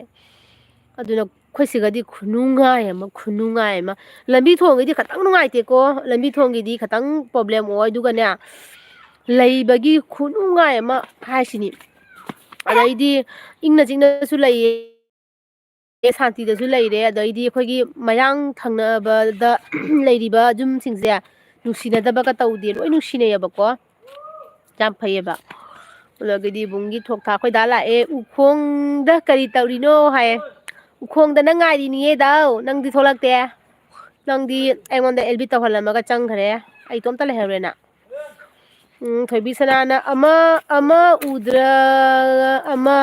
ꯍꯦꯛꯇ ꯍꯪꯅꯤꯡꯉꯦ ꯎꯗ꯭ꯔꯗꯤ ꯅꯨꯡꯉꯥꯏꯇꯕꯒꯤꯅꯦ ꯑꯗꯨꯁꯨ ꯑꯃꯨꯛ ꯑꯗꯨꯅꯤꯕ ꯃꯌꯥꯝꯅ ꯅꯨꯡꯁꯤꯕꯤꯕꯒꯤꯅꯦꯕ ꯑꯩꯈꯣꯏꯗꯣ ꯑꯃ ꯎꯗ꯭ꯔꯒ ꯑꯃ ꯎꯗꯕꯗꯣ ꯅꯨꯡꯉꯥꯏꯇꯕ ꯅꯠꯇ꯭ꯔꯥ ꯑꯗꯨꯗꯨꯅ ꯗꯥꯗꯗꯤꯅꯦ ꯊꯕꯛꯇꯣ ꯌꯥꯝꯅ ꯃꯉꯣꯟꯗꯗꯤꯅꯦ ꯀꯩꯅꯣ ꯑꯣꯏꯔꯤꯕ ꯈꯪꯕ꯭ꯔꯥ ꯁꯨꯗꯅ ꯑꯩꯈꯣꯏꯗꯤ ꯃꯤꯒꯤ ꯊꯕꯛꯇꯣ ꯂꯧꯁꯜꯂꯕꯅꯤꯅ ꯃꯤꯒꯤ ꯊꯕꯛꯇꯣ ꯃꯇꯝ ꯆꯥꯅ ꯄꯤꯗꯣꯏꯃꯤꯗꯅꯀꯣ ꯁꯅꯥ ꯁꯥꯕ ꯐꯤ ꯇꯨꯕ ꯍꯥꯏꯁꯤꯗꯕꯨ ꯃꯤꯒꯤ ꯑꯣꯔꯗꯔꯗꯣ ꯂꯧꯕ ꯃꯇꯝꯗ ꯗꯦꯠ ꯑꯁꯨꯛꯇ ꯄꯤꯕ ꯍꯥꯏꯅ ꯍꯥꯏꯅꯔꯒ ꯂꯧꯕꯅꯤꯅ ꯑꯗꯨꯒꯤ ꯗꯦꯠꯇꯣ ꯅꯪꯅꯕ ꯄꯤꯗꯣꯏꯅꯦꯕ ꯑꯗꯨꯗꯨꯅ ꯍꯥꯏꯗꯤ ꯑꯩꯈꯣꯏꯅꯤꯒꯤ ꯊꯕꯛꯁꯦ ꯍꯥꯏꯗꯤ ꯃꯤꯒꯤ ꯃꯈꯥꯗ ꯁꯨꯕꯒ ꯏꯁꯥꯅ ꯀꯩꯅꯣ ꯇꯧꯔ ꯁꯨꯖꯔꯁꯨ ꯃꯤꯒꯤ ꯃꯈꯥꯗ ꯁꯨꯕꯒ ꯃꯥꯟꯅꯩ ꯍꯥꯏꯕ ꯇꯥꯔꯦ ꯇꯧꯒꯅꯨꯍꯦ ꯅꯪꯁꯤ ꯀꯩꯅꯣ ꯈꯪꯗꯦꯍꯦ ꯃꯆꯥ ꯅꯨꯡꯉꯥꯏꯇꯦꯕ ꯇꯧꯒꯅꯨ ꯍꯥꯏꯗꯤ ꯑꯗꯣ ꯊꯣꯏꯕꯤꯁꯅꯥꯅ ꯗꯦꯠ ꯊꯥꯅꯔꯒ ꯉꯥꯏꯅꯕꯒꯤ ꯃꯑꯣꯡ ꯃꯥꯜꯂꯤ ꯍꯥꯏ ꯑꯗꯨꯅꯦ ꯑꯩꯅ ꯍꯥꯏꯁꯦ ꯑꯩꯈꯣꯏ ꯗꯥꯗ ꯎꯈꯣꯡꯗ ꯃꯥ ꯉꯥꯏꯔꯤꯅꯦ ꯍꯥꯏꯕ ꯅꯣꯏꯇꯝꯅ ꯂꯥꯏꯅ ꯑꯩꯁꯦ ꯅꯍꯥꯟ ꯃꯄꯣꯛꯇ ꯃꯨꯅꯤ ꯔꯤꯁꯤ ꯑꯣꯏꯅ ꯄꯣꯛꯏꯅꯤꯕ ꯀꯥꯏꯅ ꯀꯥꯏꯕ ꯁꯤꯡꯉꯝꯗꯅ ꯁꯤꯈꯤꯕ ꯍꯟꯗꯛ ꯃꯄꯣꯛꯇ ꯃꯅꯥꯏ ꯑꯣꯏꯅ ꯄꯣꯛꯄꯅꯤ ꯍꯥꯏ ꯀꯩꯅꯣ ꯍꯥꯏꯁꯤꯕꯨ ꯃꯨꯅꯤ ꯔꯤꯁꯤꯒꯤ ꯃꯅꯥꯏ ꯑꯣꯏꯅ ꯄꯣꯛꯑꯦ ꯍꯥꯏꯔꯣ ꯑꯩꯈꯣꯏ ꯏꯆꯥꯊꯕꯤ ꯀ꯭ꯋꯥ ꯀꯥꯕ ꯌꯦꯡꯍꯜꯂꯛꯀꯦ ꯑꯗꯨ ꯌꯦꯡꯉꯨꯁꯦ ꯁꯤ ꯅꯨꯄꯤꯁꯦ ꯈꯪꯕ꯭ꯔꯥ ꯑꯩ ꯏꯆꯥꯅꯨꯄꯤꯁꯦ ꯈꯪꯕ꯭ꯔꯥ ꯅꯤꯄꯥꯗꯒꯤ ꯍꯦꯜꯂꯤꯗꯨ ꯎꯕ꯭ꯔꯥ ꯃꯌꯥꯝ ꯎꯕ꯭ꯔꯥ ꯌꯦꯡꯉꯨꯁꯦ ꯅꯤꯄꯥꯗꯒꯤ ꯍꯦꯜꯂꯤꯁꯦ ꯑꯩ ꯏꯆꯥꯅꯨꯄꯤꯁꯦ ꯀꯃꯥꯏꯅ ꯇꯧꯗꯣꯏꯅꯣ ꯈꯪꯗꯦ ꯑꯩ ꯅꯤꯄꯥꯗꯒꯤ ꯃꯥꯅ ꯂꯝ ꯍꯦꯜꯂꯤꯁꯦ ꯌꯦꯡꯉꯨꯅꯦ ꯇꯧꯏꯁꯦ ꯌꯦꯡꯉꯨꯅꯦ ꯀꯥꯔꯣ ꯅꯪꯅ ꯀꯥꯕꯗ ꯌꯦꯡꯍꯟꯒꯦ ꯃꯌꯥꯝꯗ ꯀꯃꯥꯏꯅ ꯀꯥꯗꯣꯏꯕ ꯀꯥꯏꯗ ꯍꯨꯕꯥꯠꯂꯤꯕ ꯌꯥ ꯃꯈꯨꯠꯇ ꯉꯁꯪ ꯉꯥꯡꯉꯦ ꯑꯠꯆꯥ ꯇꯧꯔꯅꯨ ꯃꯆꯥ ꯊꯣꯏꯕꯤ ꯅꯪꯅ ꯂꯣꯏ ꯑꯣꯟꯊꯔꯛꯀꯅꯤꯀꯣ ꯌꯥꯝ ꯋꯥꯡ ꯀꯥꯒꯅꯨ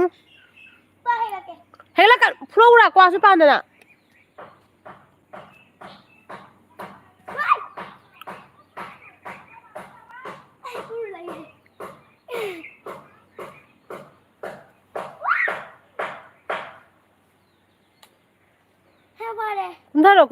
ꯀꯨꯝꯊꯔꯣ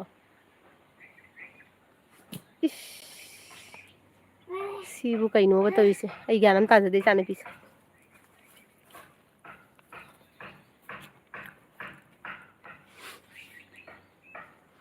ꯔꯤꯇꯤꯀꯥꯅ ꯆꯍꯤ ꯀꯌꯥ ꯁꯨꯔꯒꯦ ꯔꯤꯇꯤꯀꯥ ꯆꯍꯤ ꯀꯌꯥ ꯁꯨꯔꯝꯒꯗꯕ ꯃꯥꯜꯂꯦ ꯍꯥꯏꯔꯛꯑꯣ ꯅꯪꯁꯨ ꯍꯥꯏꯔꯛꯑꯣꯀꯣ ꯑꯩꯗꯤ ꯃꯤꯅ ꯑꯩꯉꯣꯟꯗ ꯆꯍꯤ ꯀꯌꯥ ꯁꯨꯔꯒꯦ ꯍꯪꯉꯒꯅꯦ ꯃꯤꯉꯣꯟꯗ ꯑꯃꯨꯛꯀ ꯍꯟꯅ ꯍꯪꯖꯜꯂꯤ ꯑꯩꯒꯤ ꯁꯛꯁꯦ ꯀꯌꯥ ꯁꯨꯔꯝꯒꯗꯕ ꯃꯥꯟꯒꯦ ꯍꯥꯏꯅ ꯑꯗꯒꯤꯗꯤ ꯕꯨꯡꯒꯤ ꯊꯣꯛꯊꯥꯛꯅ ꯑꯩ ꯉꯥꯏꯍꯥꯛ ꯇꯨꯝꯈꯤꯒꯦ ꯍꯣꯔꯦꯟ ꯅꯨꯡꯉꯥꯏꯗꯣꯔꯕꯅꯤ ꯍꯥꯏ ꯑꯗꯨꯅꯦ ꯑꯩꯈꯣꯏ ꯗꯥꯁꯦ ꯍꯧꯖꯤꯛ ꯉꯥꯏꯍꯥꯛ ꯇꯨꯝꯍꯧꯔꯤꯕꯀꯣ ꯍꯌꯦꯡ ꯃꯤꯒꯤ ꯄꯣꯠ ꯄꯤꯒꯗꯕꯅꯦ ꯑꯗꯨꯗꯨꯒꯤ ꯃꯥ ꯊꯕꯛ ꯅꯨꯡꯊꯥꯡ ꯀꯟꯅ ꯁꯨꯗꯣꯏꯕ ꯑꯗꯨꯒꯤ ꯈꯣꯔꯦ ꯃꯤ ꯑꯦꯜꯕꯤ ꯇꯧꯕꯁꯦ ꯃꯣꯕꯥꯏꯜꯁꯦ ꯄꯥꯏ ꯃꯁꯤ ꯉꯥꯡ ꯌꯥꯝ ꯂꯝꯍꯦꯜꯂꯤ ꯑꯩ ꯉꯝꯗꯦꯍꯦ ꯁꯩꯇ ꯃꯆꯥ ꯅꯪ ꯐꯨꯊꯔꯛꯇꯣꯔꯦ ꯑꯩ ꯉꯝꯃꯣꯏ ꯑꯩ ꯁꯣꯝꯗ ꯆꯪꯕ ꯉꯝꯃꯣꯏ ꯑꯩꯁꯦ ꯂꯩ ꯑꯩ ꯆꯪꯕ ꯉꯝꯃꯣꯏ ꯔꯥꯙꯦ ꯔꯥꯙꯦꯅ ꯆꯥꯛ ꯆꯥꯔꯕꯣ nama hai chare suju nang charabo kainang sage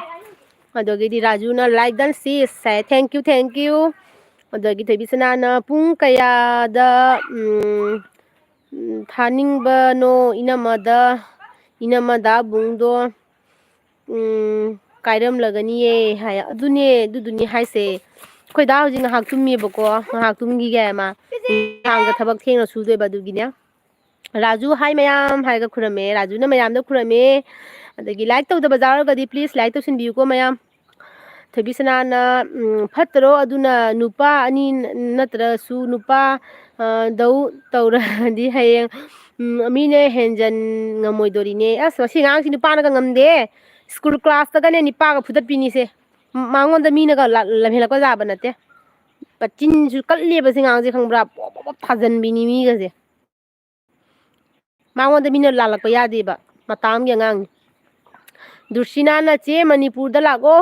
lake Dursina lakani lan ka tapthara ga ne ingthara ga laktoini aduga lakpa kanda ismane elbi tawrakani ila ye hela mayam da ko china mayam da aduga mayam na doini ko hojik to lakpa do hojik ti lakpa do mong charo roe ba ko dai tamna laina nupa oina kai ba pat lauda no ngan bana han khibani Nasado kaya ba nupa oina pokhawdana nungan ban oh nupa oina pokoda do nungan gibana han girini hairo hoida dusu tummi ML Open World mamiyar 50 phawdi yaudi yeri kai 40 yaudi ko ML Open World na like namse mayam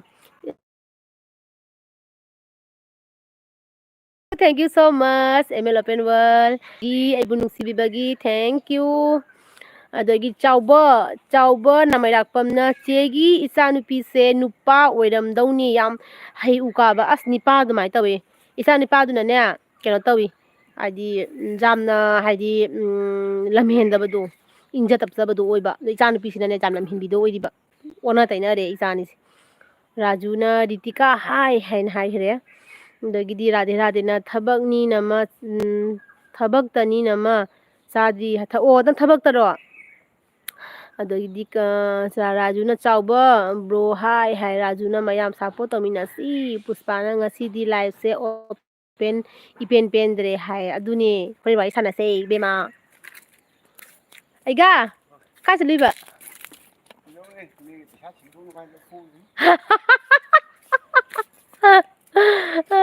kayang sage ga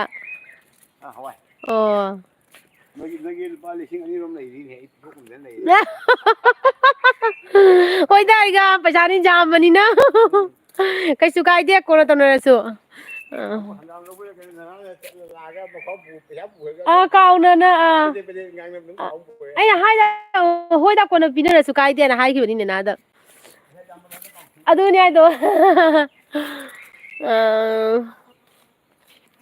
Rajuna blue POC sai Raju pira ke Rajuna Puspa hai ai ga ko pini adagi dine Raju nang se kanano kana oidoino amta hairo ingonda kadai gi oidoino kanano Raju sei khangdre dai thebisna na hayeng nupa phu leiramdana ne inama faye aranba yaroi yadi domina su how kaya tayo kanino hai ba nang tayo ma ta bi lai pau talo ji pari khana tra nang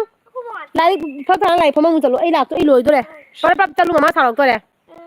saudro kai ba khoutak saura dauni aduni be ma sin singang se saurok pa dane nipa phure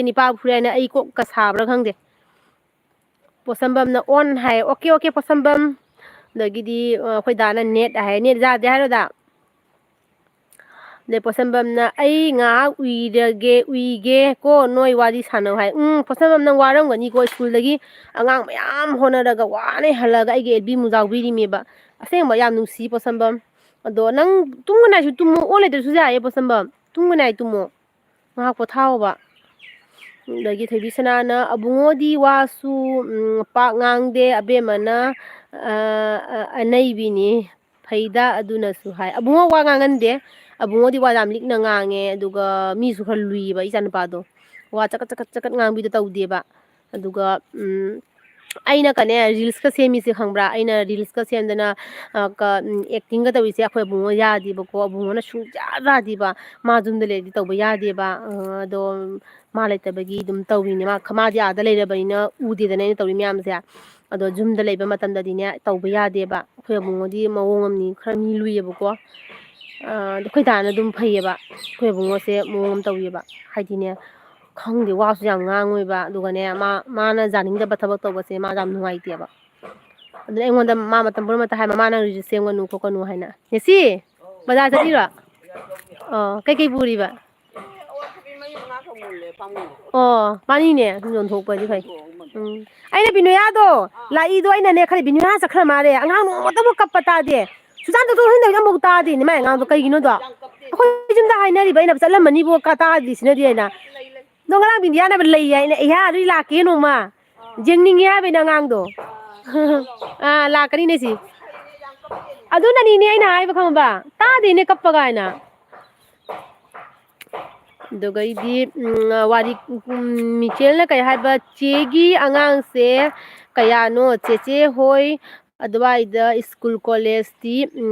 ꯑꯐꯕ ꯑꯗꯨꯝ ꯂꯩꯕ꯭ꯔꯣ ꯆꯦ ꯂꯩꯌꯦ college school ꯑꯐ ꯑꯐꯕ ꯌꯥꯝ ꯂꯩꯌꯦ ꯑꯩꯈꯣꯏ ꯁꯤꯗ ꯁꯤꯜꯆꯔꯗꯒꯁꯨ ꯌꯥꯝ ꯑꯐ ꯑꯐꯕ ꯂꯩꯀꯣ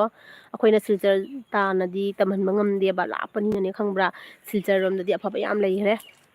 ꯑꯗꯒꯤ ꯇꯝꯅ ꯂꯥꯏꯅ ꯑꯩ ꯂꯥꯏꯛ ꯇꯧꯈ꯭ꯔꯦ ꯕꯥꯏ ꯑꯣꯏꯔꯦ ꯑꯅꯨ ꯍꯥꯏ ꯑꯣꯀꯦ ꯕꯥꯏ ꯑꯗꯩ ꯄꯨꯁꯄꯥꯅ ꯍꯥꯏ ꯔꯥꯖꯨ ꯍꯥꯏꯅ ꯍꯥꯏꯈ꯭ꯔꯦ ꯑꯗꯒꯤꯗꯤ ꯑꯦꯟ ꯀꯦ ꯂꯨꯋꯥꯡꯅ ꯏꯆꯦ ꯁꯤꯕꯨ ꯀꯔꯤ ꯂꯝ ꯑꯣꯏꯗꯣꯏꯅꯣ ꯑꯩ ꯃꯅꯤꯄꯨꯔꯗꯒꯤꯅꯦ ꯍꯥꯏꯌꯦ ꯑꯦꯟ ꯀꯦ ꯂꯨꯋꯥꯡ ꯑꯩꯁꯦ ꯀꯩꯅꯣꯗꯒꯤꯅꯦ ꯀꯁꯥꯔꯒꯤꯅꯤꯀꯣ ꯀꯁꯥꯔꯗꯒꯤꯅꯦ ꯄꯨꯁꯄꯥꯅ ꯆꯦ ꯄꯣꯠꯁꯝꯕꯝ ꯍꯥꯏꯅ ꯀꯧꯈ꯭ꯔꯦ ꯄꯣꯠꯁꯝꯕꯝ ꯄꯣꯊꯥꯔꯤ ꯃꯥꯜꯂꯦ ꯁꯨꯖꯨꯅ ꯅꯃ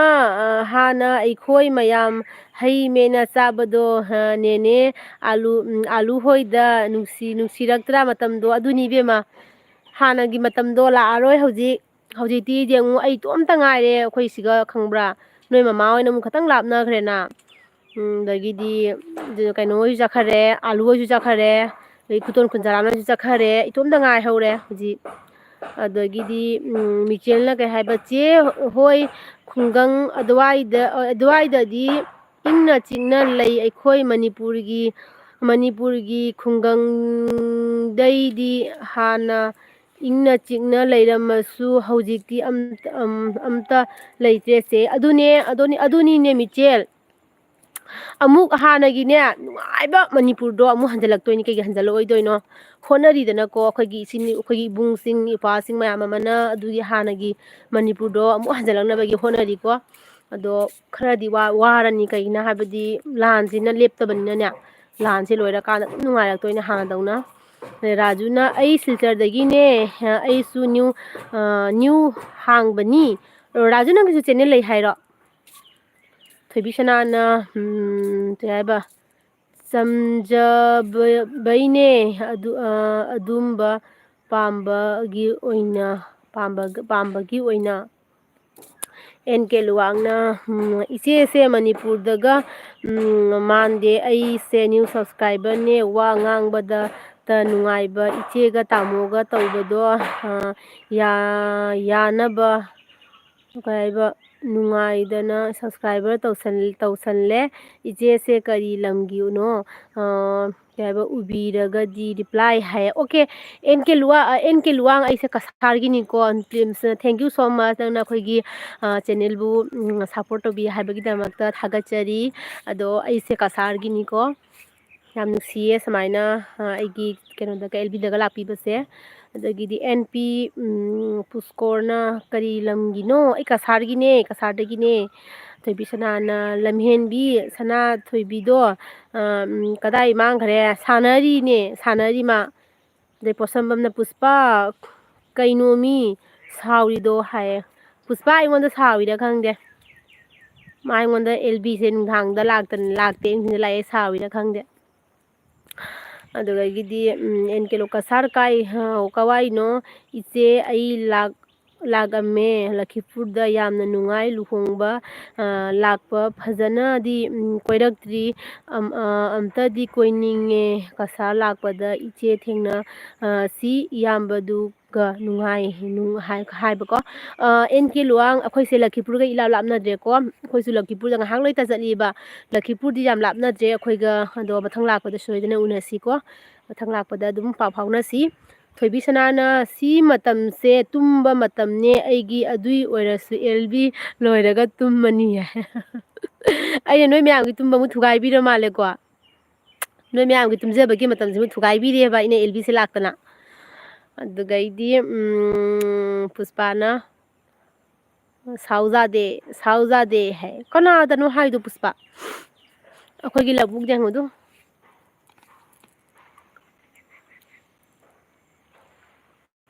ꯑꯁꯤꯒ ꯄꯥꯟ ꯊꯥꯈ꯭ꯔꯦ ꯁꯤ ꯃꯐꯝꯁꯦ ꯄꯥꯟ ꯊꯥꯈ꯭ꯔꯦ ꯃꯤꯒꯤꯅꯦꯕꯀꯣ ꯄꯥꯟ ꯊꯥꯖꯤꯟꯈ꯭ꯔꯦ ꯁꯦ ꯑꯩꯈꯣꯏ ꯂꯨꯁꯤ ꯌꯥꯗ ꯉꯥꯎꯁꯟꯅꯩꯁꯦ ꯌꯦꯡꯉꯨ ꯅꯣꯅꯣ ꯂꯥꯛ ꯃꯃꯥ ꯂꯥꯛ ꯃꯃꯥ ꯃꯤ ꯂꯥꯛꯏꯔꯣ ꯅꯪ ꯒꯒꯧ ꯇꯧꯗꯣꯏꯔꯣ ꯁꯅꯥ ꯅꯪ ꯒꯒꯧ ꯇꯧꯗꯣꯏꯔꯣ ꯂꯥꯛꯁꯤ ꯑꯗꯩꯗꯤ NK ꯂꯨꯋꯥꯡꯅ ꯏꯆꯦ ꯄ꯭ꯔꯦꯡ ꯇꯧꯕꯗꯣ ꯏꯌꯥꯝꯕ ꯁꯥꯎꯍꯜꯂꯒ ꯑꯣꯏꯅ ꯇꯧꯔꯒꯣ ꯌꯦꯡꯕ ꯅꯨꯡꯉꯥꯏ ꯅꯍꯥꯟ ꯄ꯭ꯔꯦꯡ ꯇꯧꯔꯨꯕꯗꯩ ꯃꯈ꯭ꯋꯥꯡꯗꯣ ꯑꯩ ꯊꯥꯡꯒꯠꯄꯗ ꯃꯈ꯭ꯋꯥꯡꯗꯣ ꯀ꯭ꯔꯨꯛ ꯂꯥꯎꯈꯤꯗꯅꯅꯦ ꯍꯧꯖꯤꯛꯐꯥꯎ ꯃꯈ꯭ꯋꯥꯡꯅꯦ ꯅꯨꯡꯉꯥꯏꯇꯅ ꯂꯩꯔꯤꯅꯦ ꯑꯩꯈꯣꯏ ꯗꯥꯗꯣ ꯈꯪꯕ꯭ꯔꯥ ꯑꯩ ꯄ꯭ꯔꯦꯡꯀ ꯇꯧꯖꯅꯤꯡꯗ꯭ꯔꯦ ꯍꯥꯏꯁꯤꯅꯤ ꯑꯗꯨꯒꯤ ꯅꯨꯃꯤꯠꯇꯨꯗꯒꯤ ꯃꯅ ꯅꯨꯡꯗꯥꯡ LB ꯃꯤ ꯂꯤꯛꯏ ꯍꯥꯏꯕꯗꯣ ꯍꯧꯖꯤꯛꯀ ꯌꯦꯡꯉꯗꯤ ꯅꯨꯡꯗꯥꯡꯅ ꯌꯥꯝꯃꯤꯀꯣ ꯍꯥꯏ ꯅꯨꯡꯗꯥꯡꯗꯁꯨ ꯑꯃꯨꯛ ꯑꯞ ꯑꯣꯏ ꯑꯃꯨꯛ ꯗꯥꯎꯟ ꯑꯣꯏꯌꯦꯕꯀꯣ ꯑꯗꯨꯅꯤ ꯑꯗꯒꯤ NKꯅ ꯏꯆꯦꯅ ꯀꯁꯥꯔ ꯀꯋꯥꯏꯅꯣ ꯍꯥꯏꯌꯦ NK ꯑꯩꯅꯦ ꯀꯁꯥꯔ ꯀꯩꯅꯣꯒꯤꯅꯦ ꯁꯨꯅꯥꯏ ꯆꯥꯟꯗꯝ ꯂꯩꯀꯥꯏꯒꯤꯅꯤꯀꯣ ꯅꯣꯏꯁꯨ ꯂꯛꯈꯤꯄꯨꯔꯗꯣ ꯑꯩꯈꯣꯏꯅ ꯁꯨꯅꯥꯏ ꯑꯦꯔꯤꯌꯥ ꯑꯣꯏꯔꯁꯨꯅꯦ ꯂꯛꯈꯤꯄꯨꯔꯗꯣ ꯑꯩꯈꯣꯏꯒ ꯂꯥꯞꯅꯗꯦꯕ ꯊꯣꯏꯕꯤ ꯁꯅꯥꯅ ꯇꯨꯝꯅꯤꯡꯕ ꯄꯣꯛꯇꯦ ꯁꯨꯝ ꯃꯇꯝ ꯅꯤ ꯍꯥꯏꯕ ꯅꯨꯡꯗꯤꯜꯁꯦ ꯇꯨꯝꯗꯕꯅ ꯐꯩ ꯍꯥꯏ ꯑꯗꯨꯅꯦ ꯑꯩꯗꯤ ꯅꯨꯡꯊꯤꯟ ꯇꯨꯝꯗꯦ ꯅꯨꯡꯊꯤꯟꯁꯦ ꯑꯩ ꯇꯨꯝꯗꯦꯕꯀꯣ ꯆꯥꯛꯇꯣ ꯀꯣꯟ ꯐꯦꯡꯗꯣꯛꯑꯒꯅꯦ ꯑꯩꯗꯤ ꯑꯗꯨꯝ ꯐꯤ ꯇꯨꯕꯅꯤꯅꯅꯦ ꯑꯩ ꯍꯧꯖꯤꯛꯁꯨ ꯐꯤ ꯀꯛꯀꯦ ꯍꯥꯏꯅ ꯐꯤ ꯀꯩꯅꯣ ꯇꯧꯔꯝꯃꯤꯅꯦꯕ LBꯁꯦ ꯂꯣꯏꯕꯒ ꯑꯃꯨꯛ ꯐꯤ ꯀꯛꯇꯣꯏꯅꯦꯕꯀꯣ ꯑꯗꯨꯒꯤꯗꯤ ꯔꯥꯙꯦꯅ ꯑꯩꯈꯣꯏ ꯕꯨꯡꯉꯣꯅ ꯕꯥꯏ ꯕꯨꯡ ꯅꯣꯏ ꯑꯅꯤꯁꯦ ꯌꯥꯝ ꯊꯥꯒꯠꯂꯤ ꯏꯁꯣꯔꯅ ꯆꯥꯟꯕꯤꯕ ꯑꯣꯏꯌꯨꯀꯣ ꯍꯥꯏ ꯊꯦꯡꯀ꯭ꯌꯨ ꯁꯨꯖꯨ ꯈꯪꯗꯦꯗ ꯁꯨꯔꯤ ꯆꯠꯂꯤ ꯑꯁꯤ ꯃꯉꯥꯏꯔꯦ ꯏꯁꯣꯔꯅ ꯈꯪꯈ꯭ꯔꯦ ꯊꯣꯏꯕꯤ ꯁꯅꯥꯅ ꯑꯩꯁꯨ ꯇꯨꯝꯕ ꯍꯩꯔꯝꯗꯦ ꯐꯖꯅ ꯍꯩꯔꯦꯕꯣ ꯌꯥꯗ꯭ꯔꯦ ꯍꯥꯏꯌꯦ ꯑꯁꯦꯡꯃꯛꯀꯤꯅꯤ ꯇꯨꯝꯕꯁꯦ ꯅꯨꯡꯊꯤꯟ ꯇꯨꯝꯕꯁꯦ ꯐꯠꯇꯦ ꯑꯩꯈꯣꯏ ꯃꯥ ꯍꯣꯏꯅ ꯍꯥꯟꯅ ꯊꯥꯏꯅꯗꯅꯦ ꯅꯨꯡꯊꯤꯟ ꯇꯨꯝꯍꯜꯂꯛꯇꯦꯕ ꯅꯨꯡꯊꯤꯟ ꯇꯨꯝꯕꯁꯦ ꯇꯨꯝꯒꯅꯨ ꯅꯨꯡꯊꯤꯟ ꯇꯨꯝꯕꯁꯦ ꯐꯠꯇꯦ ꯍꯥꯏꯅꯅꯦ ꯂꯥꯏꯔꯤꯛ ꯇꯝꯃꯤꯉꯩ ꯃꯇꯝꯗꯩ ꯇꯨꯝꯃꯛꯏꯀꯣ ꯂꯥꯏꯔꯤꯛ ꯇꯝꯃꯤꯉꯩ ꯃꯇꯝꯗꯩ ꯅꯨꯡꯗꯥꯡ ꯂꯥꯏꯔꯤꯛ ꯌꯥꯝ ꯄꯥꯅꯕꯒꯤ ꯍꯥꯏꯅ ꯇꯨꯝꯃꯛꯏꯀꯣ ꯑꯗꯨꯒ ꯂꯥꯏꯔꯤꯛ ꯇꯝꯕ ꯂꯣꯏꯔꯕ ꯃꯇꯨꯡꯗꯗꯤꯅꯦ ꯑꯩꯈꯣꯏ ꯃꯥ ꯍꯣꯏꯅ ꯅꯨꯡꯊꯤꯟ ꯇꯨꯝꯕꯁꯦ ꯇꯨꯝꯍꯜꯂꯛꯇꯦꯕ ꯇꯨꯝꯒꯅꯨ ꯍꯥꯏꯅ ꯍꯌꯦꯡ ꯌꯨꯝ ꯄꯥꯜꯂꯒ ꯃꯧꯒ ꯑꯣꯏꯔꯀꯥꯟꯗꯅꯦ ꯑꯗꯨꯒꯤ ꯍꯦꯕꯤꯠꯇꯣ ꯑꯣꯏꯈꯤꯅꯤꯅꯅꯦ ꯑꯩꯈꯣꯏ ꯃꯥ ꯍꯣꯏꯅ ꯇꯨꯝꯍꯜꯂꯛꯇꯦ ꯂꯥꯏꯔꯤꯛ ꯇꯝꯃꯤꯉꯩꯗꯗꯤ ꯇꯨꯝꯍꯜꯂꯛꯑꯦ ꯑꯩꯈꯣꯏ ꯃꯥ ꯍꯣꯏꯅ ꯐꯨꯅ ꯇꯨꯝꯍꯜꯂꯛꯑꯦꯕ ꯅꯨꯡꯗꯥꯡ ꯂꯥꯏꯔꯤꯛ ꯄꯥꯕ ꯉꯝꯅꯕꯩꯅꯤ ꯍꯥꯏꯅ ꯑꯗꯩ ꯊꯣꯏꯕꯤ ꯁꯅꯥꯅ ꯀꯩ ꯍꯥꯏꯕ ꯑꯩꯁꯨ ꯇꯨꯝꯕ ꯍꯩꯔꯝꯗꯦ ꯐꯖꯅ ꯍꯩꯔꯦꯕꯣ ꯁꯤ ꯍꯥꯏꯈ꯭ꯔꯦꯀꯣ ꯑꯗꯒꯤꯗꯤ ꯊꯣꯏꯕꯤ ꯁꯅꯥꯅ ꯏꯅꯝꯃ ꯄꯨꯡ ꯀꯌꯥ ꯐꯥꯎ ꯇꯧꯗꯣꯏꯅꯣ ꯍꯥꯏꯕ ꯊꯣꯏꯕꯤ ꯁꯅꯥ ꯃꯤꯅꯤꯠ 4-5 ꯉꯥꯏꯔꯦ ꯑꯩ ꯄꯨꯡ ꯑꯃꯈꯛꯇꯅꯤ ꯇꯧꯗꯣꯏꯁꯦꯀꯣ ꯑꯗꯒꯤꯗꯤ ꯊꯕꯛ ꯀꯜꯂꯦꯕ ꯑꯗꯨꯒꯤꯅꯤ ꯍꯌꯦꯡ ꯊꯕꯛꯅꯦ ꯀꯣꯝꯃꯛꯑꯀꯥꯟꯗ ꯄꯨꯡ 2ꯒꯨꯝꯕ ꯇꯧꯅꯤꯀꯣ ꯍꯧꯖꯤꯛ ꯊꯕꯛ ꯈꯔ ꯀꯟꯕꯒꯤꯅꯤ NK ꯂꯨꯋꯥꯡꯅ ꯀꯩ ꯍꯥꯏꯕ ꯏꯆꯦ ꯅꯣꯏꯔꯣꯝꯗ ꯀꯨꯀꯤ ꯂꯩꯇ꯭ꯔꯣ ꯀꯨꯀꯤꯗꯤ ꯂꯦꯝꯅ ꯊꯥꯒꯅꯨ ꯂꯣꯏ ꯍꯥꯠꯇꯣꯛꯑꯣ ꯏꯆꯦ ꯅꯣꯏ ꯀꯁꯥꯔꯗ ꯑꯔꯥꯝꯕꯥꯏ ꯇꯦꯡꯒꯣꯜ ꯀꯌꯥꯝ ꯌꯥꯝꯃꯒꯦ ꯍꯧꯖꯤꯛ ꯋꯥꯔꯤ ꯃꯈꯩ ꯃꯩꯇꯩ ꯏꯔꯩꯆꯥ ꯄꯨꯟꯁꯤꯟꯅꯕ ꯇꯧꯁꯤ ꯏꯆꯦꯁꯦ ꯆꯍꯤ 8 ꯈꯨꯟꯇꯥꯛ ꯂꯥꯟ ꯇꯧꯕꯗ꯭ꯔꯗꯤ ꯁꯤꯗ ꯍꯥꯏꯕꯀꯣ ꯑꯗꯨꯅꯦ ꯑꯩꯈꯣꯏ ꯁꯤꯗꯁꯨꯅꯦ ꯑꯔꯥꯝꯕꯥꯏ ꯇꯦꯡꯒꯣꯜ ꯃꯌꯥꯝ ꯊꯣꯛꯂꯛꯑꯦ ꯃꯌꯥꯝ ꯑꯩꯈꯣꯏ ꯃꯤ ꯌꯥꯝꯈꯠꯂꯛꯑꯦꯀꯣ ꯑꯗꯩꯗꯤ kuki lꯩꯌꯦ kuki lꯩꯀꯣ ꯑꯗꯨꯒ ꯑꯩꯈꯣꯏ ꯁꯤꯒꯅꯦ kuki ꯂꯩꯔꯒꯁꯨ ꯑꯩꯈꯣꯏ ꯏꯔꯥꯡ ꯇꯧꯅꯗꯦ ꯍꯥꯏꯕ ꯇꯥꯔꯦ kuki ꯑꯩꯈꯣꯏꯒ ꯀꯩꯒꯤꯅꯣ ꯍꯥꯏꯗꯤ ꯑꯥꯗꯅꯕꯨ ꯂꯝꯒꯤ ꯇꯧꯅꯕꯅꯤꯅꯀꯣ ꯑꯁꯤꯒꯩꯁꯤꯒꯅ ꯑꯗꯨꯒꯨꯝꯕꯒꯤ ꯀꯩꯝ ꯂꯩꯅꯗꯦꯕ kuki ꯂꯩꯕꯨꯗꯤ ꯂꯩꯀꯣ ꯂꯛꯈꯤꯄꯨꯔ ꯔꯣꯝꯗ ꯂꯩꯔꯤꯅꯤ kukiꯁꯦ ꯑꯩꯈꯣꯏ ꯁ꯭ꯋꯥꯏꯗꯕꯨꯗꯤ ꯂꯩꯇꯦꯕ ꯑꯗꯣ kukiꯗꯣ ꯀꯔꯤꯝ ꯏꯔꯥꯡ ꯑꯩꯈꯣꯏ ꯁꯤꯒꯗꯤ ꯂꯩꯅꯗꯦꯕ ꯑꯗꯨꯒꯒꯤꯗꯤ NK ꯋꯥꯡꯅ ꯄꯨꯟꯅ ꯂꯩꯃꯤꯟꯅꯒꯗꯕꯅꯦ ꯃꯥꯅꯤ ꯃꯥꯅꯤ ꯑꯩꯈꯣꯏꯒꯤ ꯆꯍꯤ 3 ꯈꯨꯟꯇꯥꯛꯄꯗ ꯑꯩꯈꯣꯏꯁꯦ ꯂꯥꯛꯄꯅꯦꯕꯀꯣ ꯀꯁꯥꯔꯗ ꯑꯩꯈꯣꯏꯁꯦ ꯑꯩꯈꯣꯏꯒꯤ ꯏꯄꯥ ꯏꯄꯨꯁꯤꯡꯅ ꯂꯥꯛꯈꯤꯕꯅꯦꯕ ꯑꯗꯨꯒꯒꯤ ꯑꯗꯨꯝ ꯂꯥꯞꯊꯣꯛꯅꯔꯦꯀꯣ ꯑꯗꯣ ꯂꯥꯞꯊꯣꯛꯅꯔꯒꯁꯨꯅꯦ ꯍꯧꯖꯤꯛꯁꯦ ꯑꯩꯈꯣꯏ ꯄꯨꯝꯅꯃꯛ ꯑꯃꯨꯛ ꯄꯨꯟꯍꯟꯕꯒꯤ ꯃꯊꯧ ꯇꯥꯏ ꯅꯠꯇ꯭ꯔꯥ ꯅꯨꯡꯁꯤꯅꯅ ꯂꯩꯕꯒꯤ ꯃꯊꯧ ꯇꯥꯏ ꯑꯩꯈꯣꯏ ꯃꯁꯦꯟꯁꯦ ꯄꯨꯟꯁꯤꯜꯂꯕ ꯂꯥꯞ ꯂꯩꯅꯈ꯭ꯔꯁꯨꯅꯦ ꯑꯩꯈꯣꯏꯁꯦ ꯑꯃꯠꯇ ꯑꯣꯏꯅ ꯄꯨꯟꯍꯟꯕ ꯇꯥꯔꯒꯗꯤꯅꯦ ꯀꯅꯥꯝ ꯐꯥꯎꯅ ꯑꯩꯈꯣꯏꯗ ꯂꯥꯛꯆꯕ ꯉꯝꯃꯣꯏꯕ ꯑꯗꯩꯗꯤ ꯋꯥꯎꯅꯣꯁꯅ ꯑꯩꯒꯤ ꯊꯥꯏꯅꯒꯤ ꯁꯥꯏ ꯌꯥꯝ ꯃꯥꯜꯂꯦ ꯅꯪꯒꯤ ꯊꯥꯏꯅꯒꯤ ꯁꯥꯏ ꯃꯥꯜꯂꯦ ꯍꯥꯏꯔꯣ ꯑꯩꯁꯦ ꯑꯩ ꯅꯣꯛꯅꯤꯡꯉꯦꯗ ꯁꯩꯇ ꯑꯗꯩ ꯊꯣꯏꯕꯤꯁꯅꯥꯅ ꯊꯕꯛ ꯆꯤꯜꯂꯗꯤ ꯀꯨꯏꯗ꯭ꯔꯁꯨ ꯌꯥꯏ ꯃꯤꯅꯤꯠ ꯑꯃꯇꯪ ꯑꯣꯏꯁꯨ ꯊꯥꯕꯤꯔꯗꯤ ꯌꯥꯔꯦ ꯍꯥꯏꯕ ꯑꯣꯀꯦ ꯑꯣꯀꯦ ꯑꯗꯒꯤ NK ꯂꯨꯋꯥꯡ ꯆꯍꯤ 3 ꯈꯨꯟꯇꯥꯛ ꯂꯥꯟꯁꯤꯗ ꯆꯦꯟꯗꯅ ꯂꯝ ꯂꯥꯞꯅ ꯃꯩꯇꯩꯁꯦ ꯀꯩꯕ ꯇꯣꯈꯥꯏ ꯇꯥꯅꯔꯦ ꯑꯗꯒꯤ ꯅꯨꯡꯁꯤꯍꯦ ꯃꯩꯇꯩꯁꯦ ꯁꯣꯏꯈ꯭ꯔꯁꯨ ꯅꯨꯡꯁꯤꯅꯁꯤ ꯃꯩꯇꯩ ꯃꯁꯦꯟꯒꯤ ꯌꯥꯝꯅꯕ ꯇꯧꯁꯤ ꯍꯥꯏ ꯃꯥꯅꯤ NK ꯂꯨꯋꯥꯡ ꯌꯥꯝ ꯆꯨꯝꯃꯤꯀꯣ ꯅꯪ ꯍꯥꯏꯁꯦ ꯍꯥꯏꯗꯤ ꯂꯥꯞꯅꯅ ꯂꯩꯅꯈ꯭ꯔꯁꯨꯀꯣ ꯑꯩꯈꯣꯏ ꯂꯣꯏꯅ ꯅꯨꯡꯁꯤꯅꯕꯒꯤ ꯃꯊꯧ ꯇꯥꯏ ꯑꯗꯣ ꯍꯥꯏꯔꯒꯁꯨꯅꯦ ꯑꯩ ꯁꯅꯥ ꯇꯧꯒꯅꯨꯕ ꯑꯗꯣ ꯃꯅꯤꯄꯨꯔꯒꯤꯅꯦ ꯏꯆꯤꯜ ꯏꯅꯥꯎ ꯑꯌꯥꯝꯕꯅꯗꯤꯀꯣ ꯑꯩꯉꯣꯟꯗ ꯌꯥꯝ ꯅꯨꯡꯁꯤꯕꯤ ꯁꯅꯥ ꯇꯧꯒꯅꯨꯕ ꯑꯩ ꯌꯥꯝ ꯋꯥꯏꯕ ꯃꯣꯏꯁꯦ ꯏꯆꯤꯜ ꯏꯅꯥꯎ ꯃꯌꯥꯝ ꯑꯃ ꯌꯥꯝ ꯅꯨꯡꯁꯤꯕꯤꯑꯕ ꯈꯪꯕ꯭ꯔꯥ ꯑꯩꯉꯣꯟꯗ ꯍꯥꯏꯗꯤ ꯌꯥꯝ ꯅꯨꯡꯁꯤꯕ ꯀꯣꯃꯦꯟꯁ ꯃꯌꯥꯝ ꯑꯃ ꯄꯤꯔꯛꯑꯦ ꯍꯥꯏꯕ ꯇꯥꯔꯦ ꯃꯅꯤꯄꯨꯔꯗꯒꯤꯅꯦ ꯑꯗꯣ ꯌꯥꯝ ꯅꯨꯡꯁꯤꯌꯦꯕ ꯈꯪꯗꯦꯗ ꯑꯩꯈꯣꯏꯗꯒ ꯁꯨꯃꯥꯏꯅ ꯆꯍꯤ 3 ꯈꯨꯟꯇꯥꯛꯇꯅ ꯑꯩꯈꯣꯏꯁꯦ ꯂꯥꯞꯅ ꯂꯩꯈ꯭ꯔꯒꯁꯨ ꯍꯥꯏꯗꯤ ꯍꯦꯛ ꯃꯅꯤꯄꯨꯔꯗ ꯂꯩꯃꯤꯟꯅꯕ ꯃꯆꯦ ꯃꯆꯟꯗꯧꯅꯅꯦ ꯑꯩꯉꯣꯟꯗ ꯌꯥꯝ ꯅꯨꯡꯁꯤꯅ ꯍꯥꯏꯕꯤꯔꯛꯏꯕꯀꯣ ꯑꯗꯣ ꯌꯥꯝ ꯅꯨꯡꯁꯤ ꯑꯁꯦꯡꯕ ꯑꯗꯩ ꯊꯣꯏꯕꯤꯁꯅꯥꯅ ꯏꯅꯝꯃ ꯑꯩꯈꯣꯏ ꯌꯨꯝ ꯁꯥꯕ ꯂꯣꯏꯔꯒ ꯍꯥꯏꯔꯛꯀꯦ ꯂꯣꯏꯕ ꯉꯝꯗ꯭ꯔꯦꯗꯨ ꯂꯣꯏꯔꯒ ꯁꯪꯕꯗ ꯂꯥꯛꯎꯀꯣ ꯋꯥꯠꯂꯤꯉꯩꯗ ꯍꯥꯏꯔꯛꯇꯣꯏꯅꯤ ꯑꯩꯈꯣꯏꯗ ꯂꯩꯁꯤꯀꯣ ꯍꯣꯏ ꯊꯣꯏꯕꯤꯁꯅꯥ ꯂꯥꯛꯇꯣꯏꯅꯤ ꯀꯩꯒꯤ ꯂꯥꯛꯑꯣꯏꯗꯣꯏꯅꯣ ꯂꯥꯛꯀꯅꯤ ꯂꯥꯛꯑꯗꯤ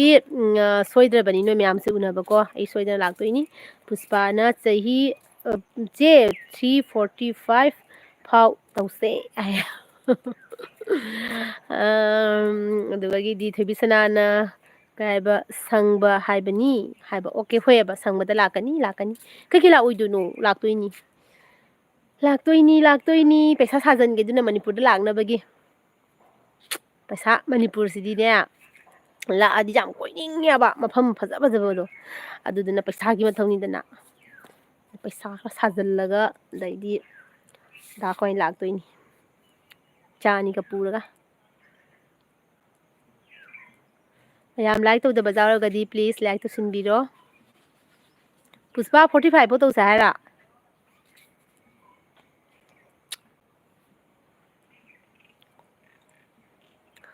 ꯉꯁꯥꯏ ꯀꯩꯅꯣꯗꯣ ꯆꯠꯈ꯭ꯔꯦ ꯁꯨꯝ ꯀꯩ ꯍꯥꯏꯒꯦꯅꯦ ꯁꯨꯄ꯭ꯔꯤꯌꯥꯗꯣ ꯑꯩꯅ ꯁꯤ ꯁꯛꯂꯛꯀꯦ ꯇꯧꯔꯒ ꯃꯥ ꯑꯗꯨꯝ ꯆꯠꯈ꯭ꯔꯦ ꯊꯣꯏꯕꯤꯁꯅꯥꯅ ꯍꯥꯏꯕ ꯁꯪꯕ ꯍꯥꯏꯕꯅꯤ ꯁꯤ ꯍꯥꯏꯔꯦꯀꯣ ꯊꯣꯏꯕꯤꯁꯅꯥꯅ ꯌꯥꯔꯦ ꯑꯣꯏꯔꯔꯣꯏ ꯃꯤꯅ ꯑꯃ ꯍꯥꯏ ꯏꯅꯝꯃꯅ ꯑꯃ ꯄꯥꯏ ꯌꯨꯝ ꯁꯥꯕ ꯂꯣꯏꯕꯒꯤ ꯁꯪꯕ ꯅꯨꯃꯤꯠꯇꯣ ꯍꯥꯏꯕꯅꯤ ꯑꯩꯒꯤ ꯍꯥꯏꯔꯣ ꯑꯩꯒꯤ ꯌꯨꯝ ꯁꯥꯕ ꯂꯣꯏꯔꯒ ꯍꯥꯏꯔꯣ ꯑꯠꯁꯥ ꯂꯥꯛꯀꯅꯤ ꯑꯩ ꯂꯥꯛꯀꯅꯤ ꯍꯥꯏꯕ ꯊꯣꯏꯕꯤꯁꯅꯥ ꯃꯅꯤꯄꯨꯔꯗ ꯁꯣꯏꯗꯅ ꯂꯥꯛꯀꯅꯤꯕ ꯑꯗꯒꯤꯗꯤ ꯃꯥꯟꯕꯤ ꯌꯥꯗꯕꯅ ꯄꯥꯒꯜ ꯍꯥꯏ हम पागल नहीं है भैया इसी हम लेबदो तुम्हारा दिमाग खराब है ꯑꯗꯒꯤꯗꯤ ꯁꯃꯤꯔꯅ ꯍꯥꯏꯕ ꯃꯌꯨꯝꯗ ꯏꯆꯦ ꯄꯞꯄꯤ ꯑꯝꯇ ꯀꯩ ꯍꯥꯏꯅꯣ ꯃꯌꯨꯝꯗ ꯏꯆꯦ ꯄꯞꯄꯤ ꯑꯝꯇ ꯇꯧꯕꯤꯔꯛꯎ ꯀꯩ ꯍꯥꯏꯅꯣ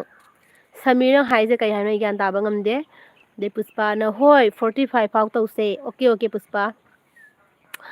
ꯏꯇꯥꯎꯅ ꯍꯥꯏꯕꯕꯨ ꯀꯩꯒꯤ ꯌꯥꯔꯣꯏꯗꯣꯏꯅꯣ ꯃꯤꯅꯤꯠ 35 ꯈꯛ ꯆꯣꯟꯊꯗꯣꯏꯅꯤꯅ ꯀꯩꯁꯨꯝ ꯀꯥꯏꯗꯦ ꯆꯣꯟꯊꯔꯁꯤ ꯔꯟꯖꯤꯇꯥ ꯁꯤꯡꯍꯅ ꯍꯥꯏ ꯄꯥꯟꯗꯨꯔꯤ ꯌꯥꯏ ꯀꯩꯅꯣ ꯍꯥꯏ ꯄꯥꯟꯗꯨꯔꯤ ꯍꯥꯏꯕꯨ ꯔꯟꯖꯤꯇꯥ ꯅꯪꯅ ꯍꯥꯏꯅꯤꯡꯉꯤꯁꯦ ꯀꯩꯅꯣ ꯍꯥ ꯅꯪꯅ ꯍꯥꯏꯅꯤꯡꯉꯤꯁꯦ ꯀꯩꯅꯣ ꯑꯝꯇ ꯍꯥꯏꯕꯤꯔꯝꯃꯨꯅꯦ ꯁꯦꯡꯅ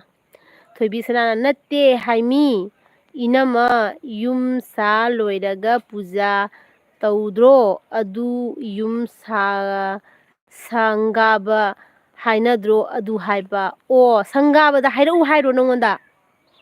ꯁꯪꯒꯥꯕꯗ ꯍꯥꯏꯔꯛꯎ ꯅꯪ ꯂꯥꯛꯀꯦ ꯍꯥꯏꯔ ꯀꯩ ꯍꯥꯏꯅꯣ ꯊꯣꯏꯕꯤꯁꯤꯅ ꯑꯩ ꯈꯪꯗ꯭ꯔꯦ ꯅꯨꯅꯨ ꯁꯤꯒ ꯂꯥꯎ ꯀꯩꯒꯤꯅꯣ ꯅꯪꯅ ꯑꯗꯨꯒ ꯂꯩꯗꯣ ꯂꯥꯛꯑꯕꯣ ꯇꯨ ꯀꯧꯕ꯭ꯔꯥ ꯑꯩꯈꯣꯏ ꯀꯧꯕ꯭ꯔꯥ ꯆꯦꯜꯂꯛꯏꯁꯦ ꯕꯥꯖꯨ ꯆꯦꯜꯂꯦꯗꯨ ꯀꯧꯕ꯭ꯔꯥ ꯆꯦꯜꯂꯦꯗꯨ ꯔꯟꯖꯤꯇꯥ ꯁꯤꯡꯍꯅ ꯁꯣꯔꯤ ꯄ꯭ꯔꯦꯡꯛ ꯍꯥꯏ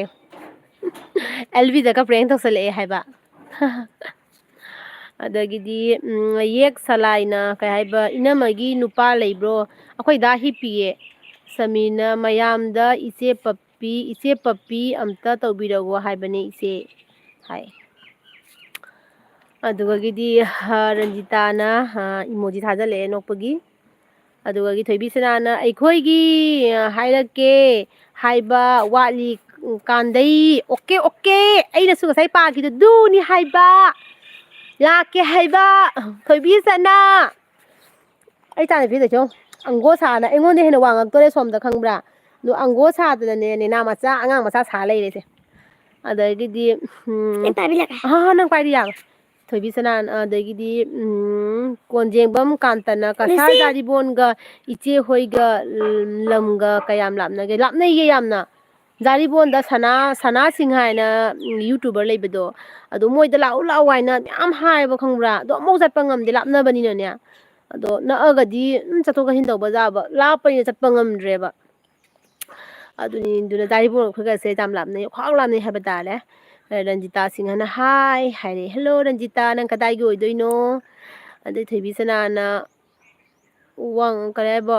ꯋꯥꯡꯉꯛꯇꯧꯔꯦ ꯅꯠꯇꯦ ꯋꯥꯡꯉꯦ ꯏꯅꯝꯃ ꯃꯆꯥ ꯊꯣꯏꯕꯤꯅ ꯍꯦꯟꯗꯧꯔꯦ ꯑꯗꯨꯅꯦ ꯑꯗꯨꯅ ꯋꯥꯡꯉꯦ ꯃꯉꯣꯟꯗꯒꯤ ꯁꯃꯤꯅ ꯏꯆꯦꯁꯦ ꯀꯩꯕ ꯀꯁꯥꯔ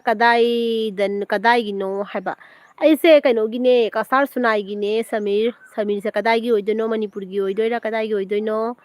ꯀꯣꯟꯖꯦꯡꯕꯝ ꯀꯥꯟꯇꯅ ꯄꯨꯡ ꯀꯌꯥꯝ ꯆꯪꯒꯅꯤ ꯄꯨꯡꯁꯦ ꯈꯪꯗꯦ ꯄꯨꯡ 3-4 ꯆꯪꯒꯗ꯭ꯔꯥ ꯑꯗꯨꯃꯥꯏꯅ ꯆꯪꯒꯔꯅꯤ ꯑꯩꯒꯤ ꯋꯥꯈꯜꯗ ꯗꯥꯏꯔꯤꯕꯣꯟꯗ ꯆꯠꯂꯒꯅꯦ ꯉꯁꯤ ꯆꯠꯂꯒ ꯉꯁꯤ ꯍꯜꯂꯛꯄ ꯍꯥꯏꯁꯦ ꯈꯔ ꯋꯥꯅ ꯊꯣꯛꯏꯑꯕꯀꯣ ꯍꯜꯂꯛꯄꯕꯨꯗꯤ ꯌꯥꯏ ꯑꯗꯣ ꯋꯥꯅ ꯊꯣꯛꯄ ꯍꯥꯏꯇꯥꯔꯦ ꯑꯗꯨꯃꯥꯏꯅ ꯇꯧꯋꯤꯀꯣ ꯑꯗꯒꯤꯗꯤ ꯅꯥꯎꯆꯥꯅ ꯏꯝꯐꯥꯜꯗ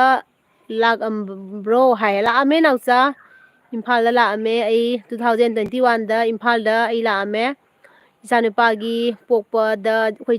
ꯏꯆꯥꯅꯨꯄꯥꯗꯣ ꯄꯣꯛꯄꯗꯅꯦ ꯌꯥꯝ ꯀꯟꯅ ꯃꯁꯥ ꯉꯝꯃꯨꯗꯦꯕ ꯑꯗꯨꯒꯩꯗꯣ ꯑꯩꯅꯅꯦ ꯒꯣꯕꯤꯟꯗꯁꯦ ꯑꯗꯨꯝ Govinda ꯄ꯭ꯔꯚꯨꯁꯦ ꯏꯃꯣꯟꯗꯅꯦ ꯂꯦꯞꯆꯈꯤꯕ ꯐꯤꯔꯣꯏ ꯐꯤꯉꯥꯝ ꯍꯣꯡꯖꯒꯦ ꯍꯥꯏꯅꯅꯦ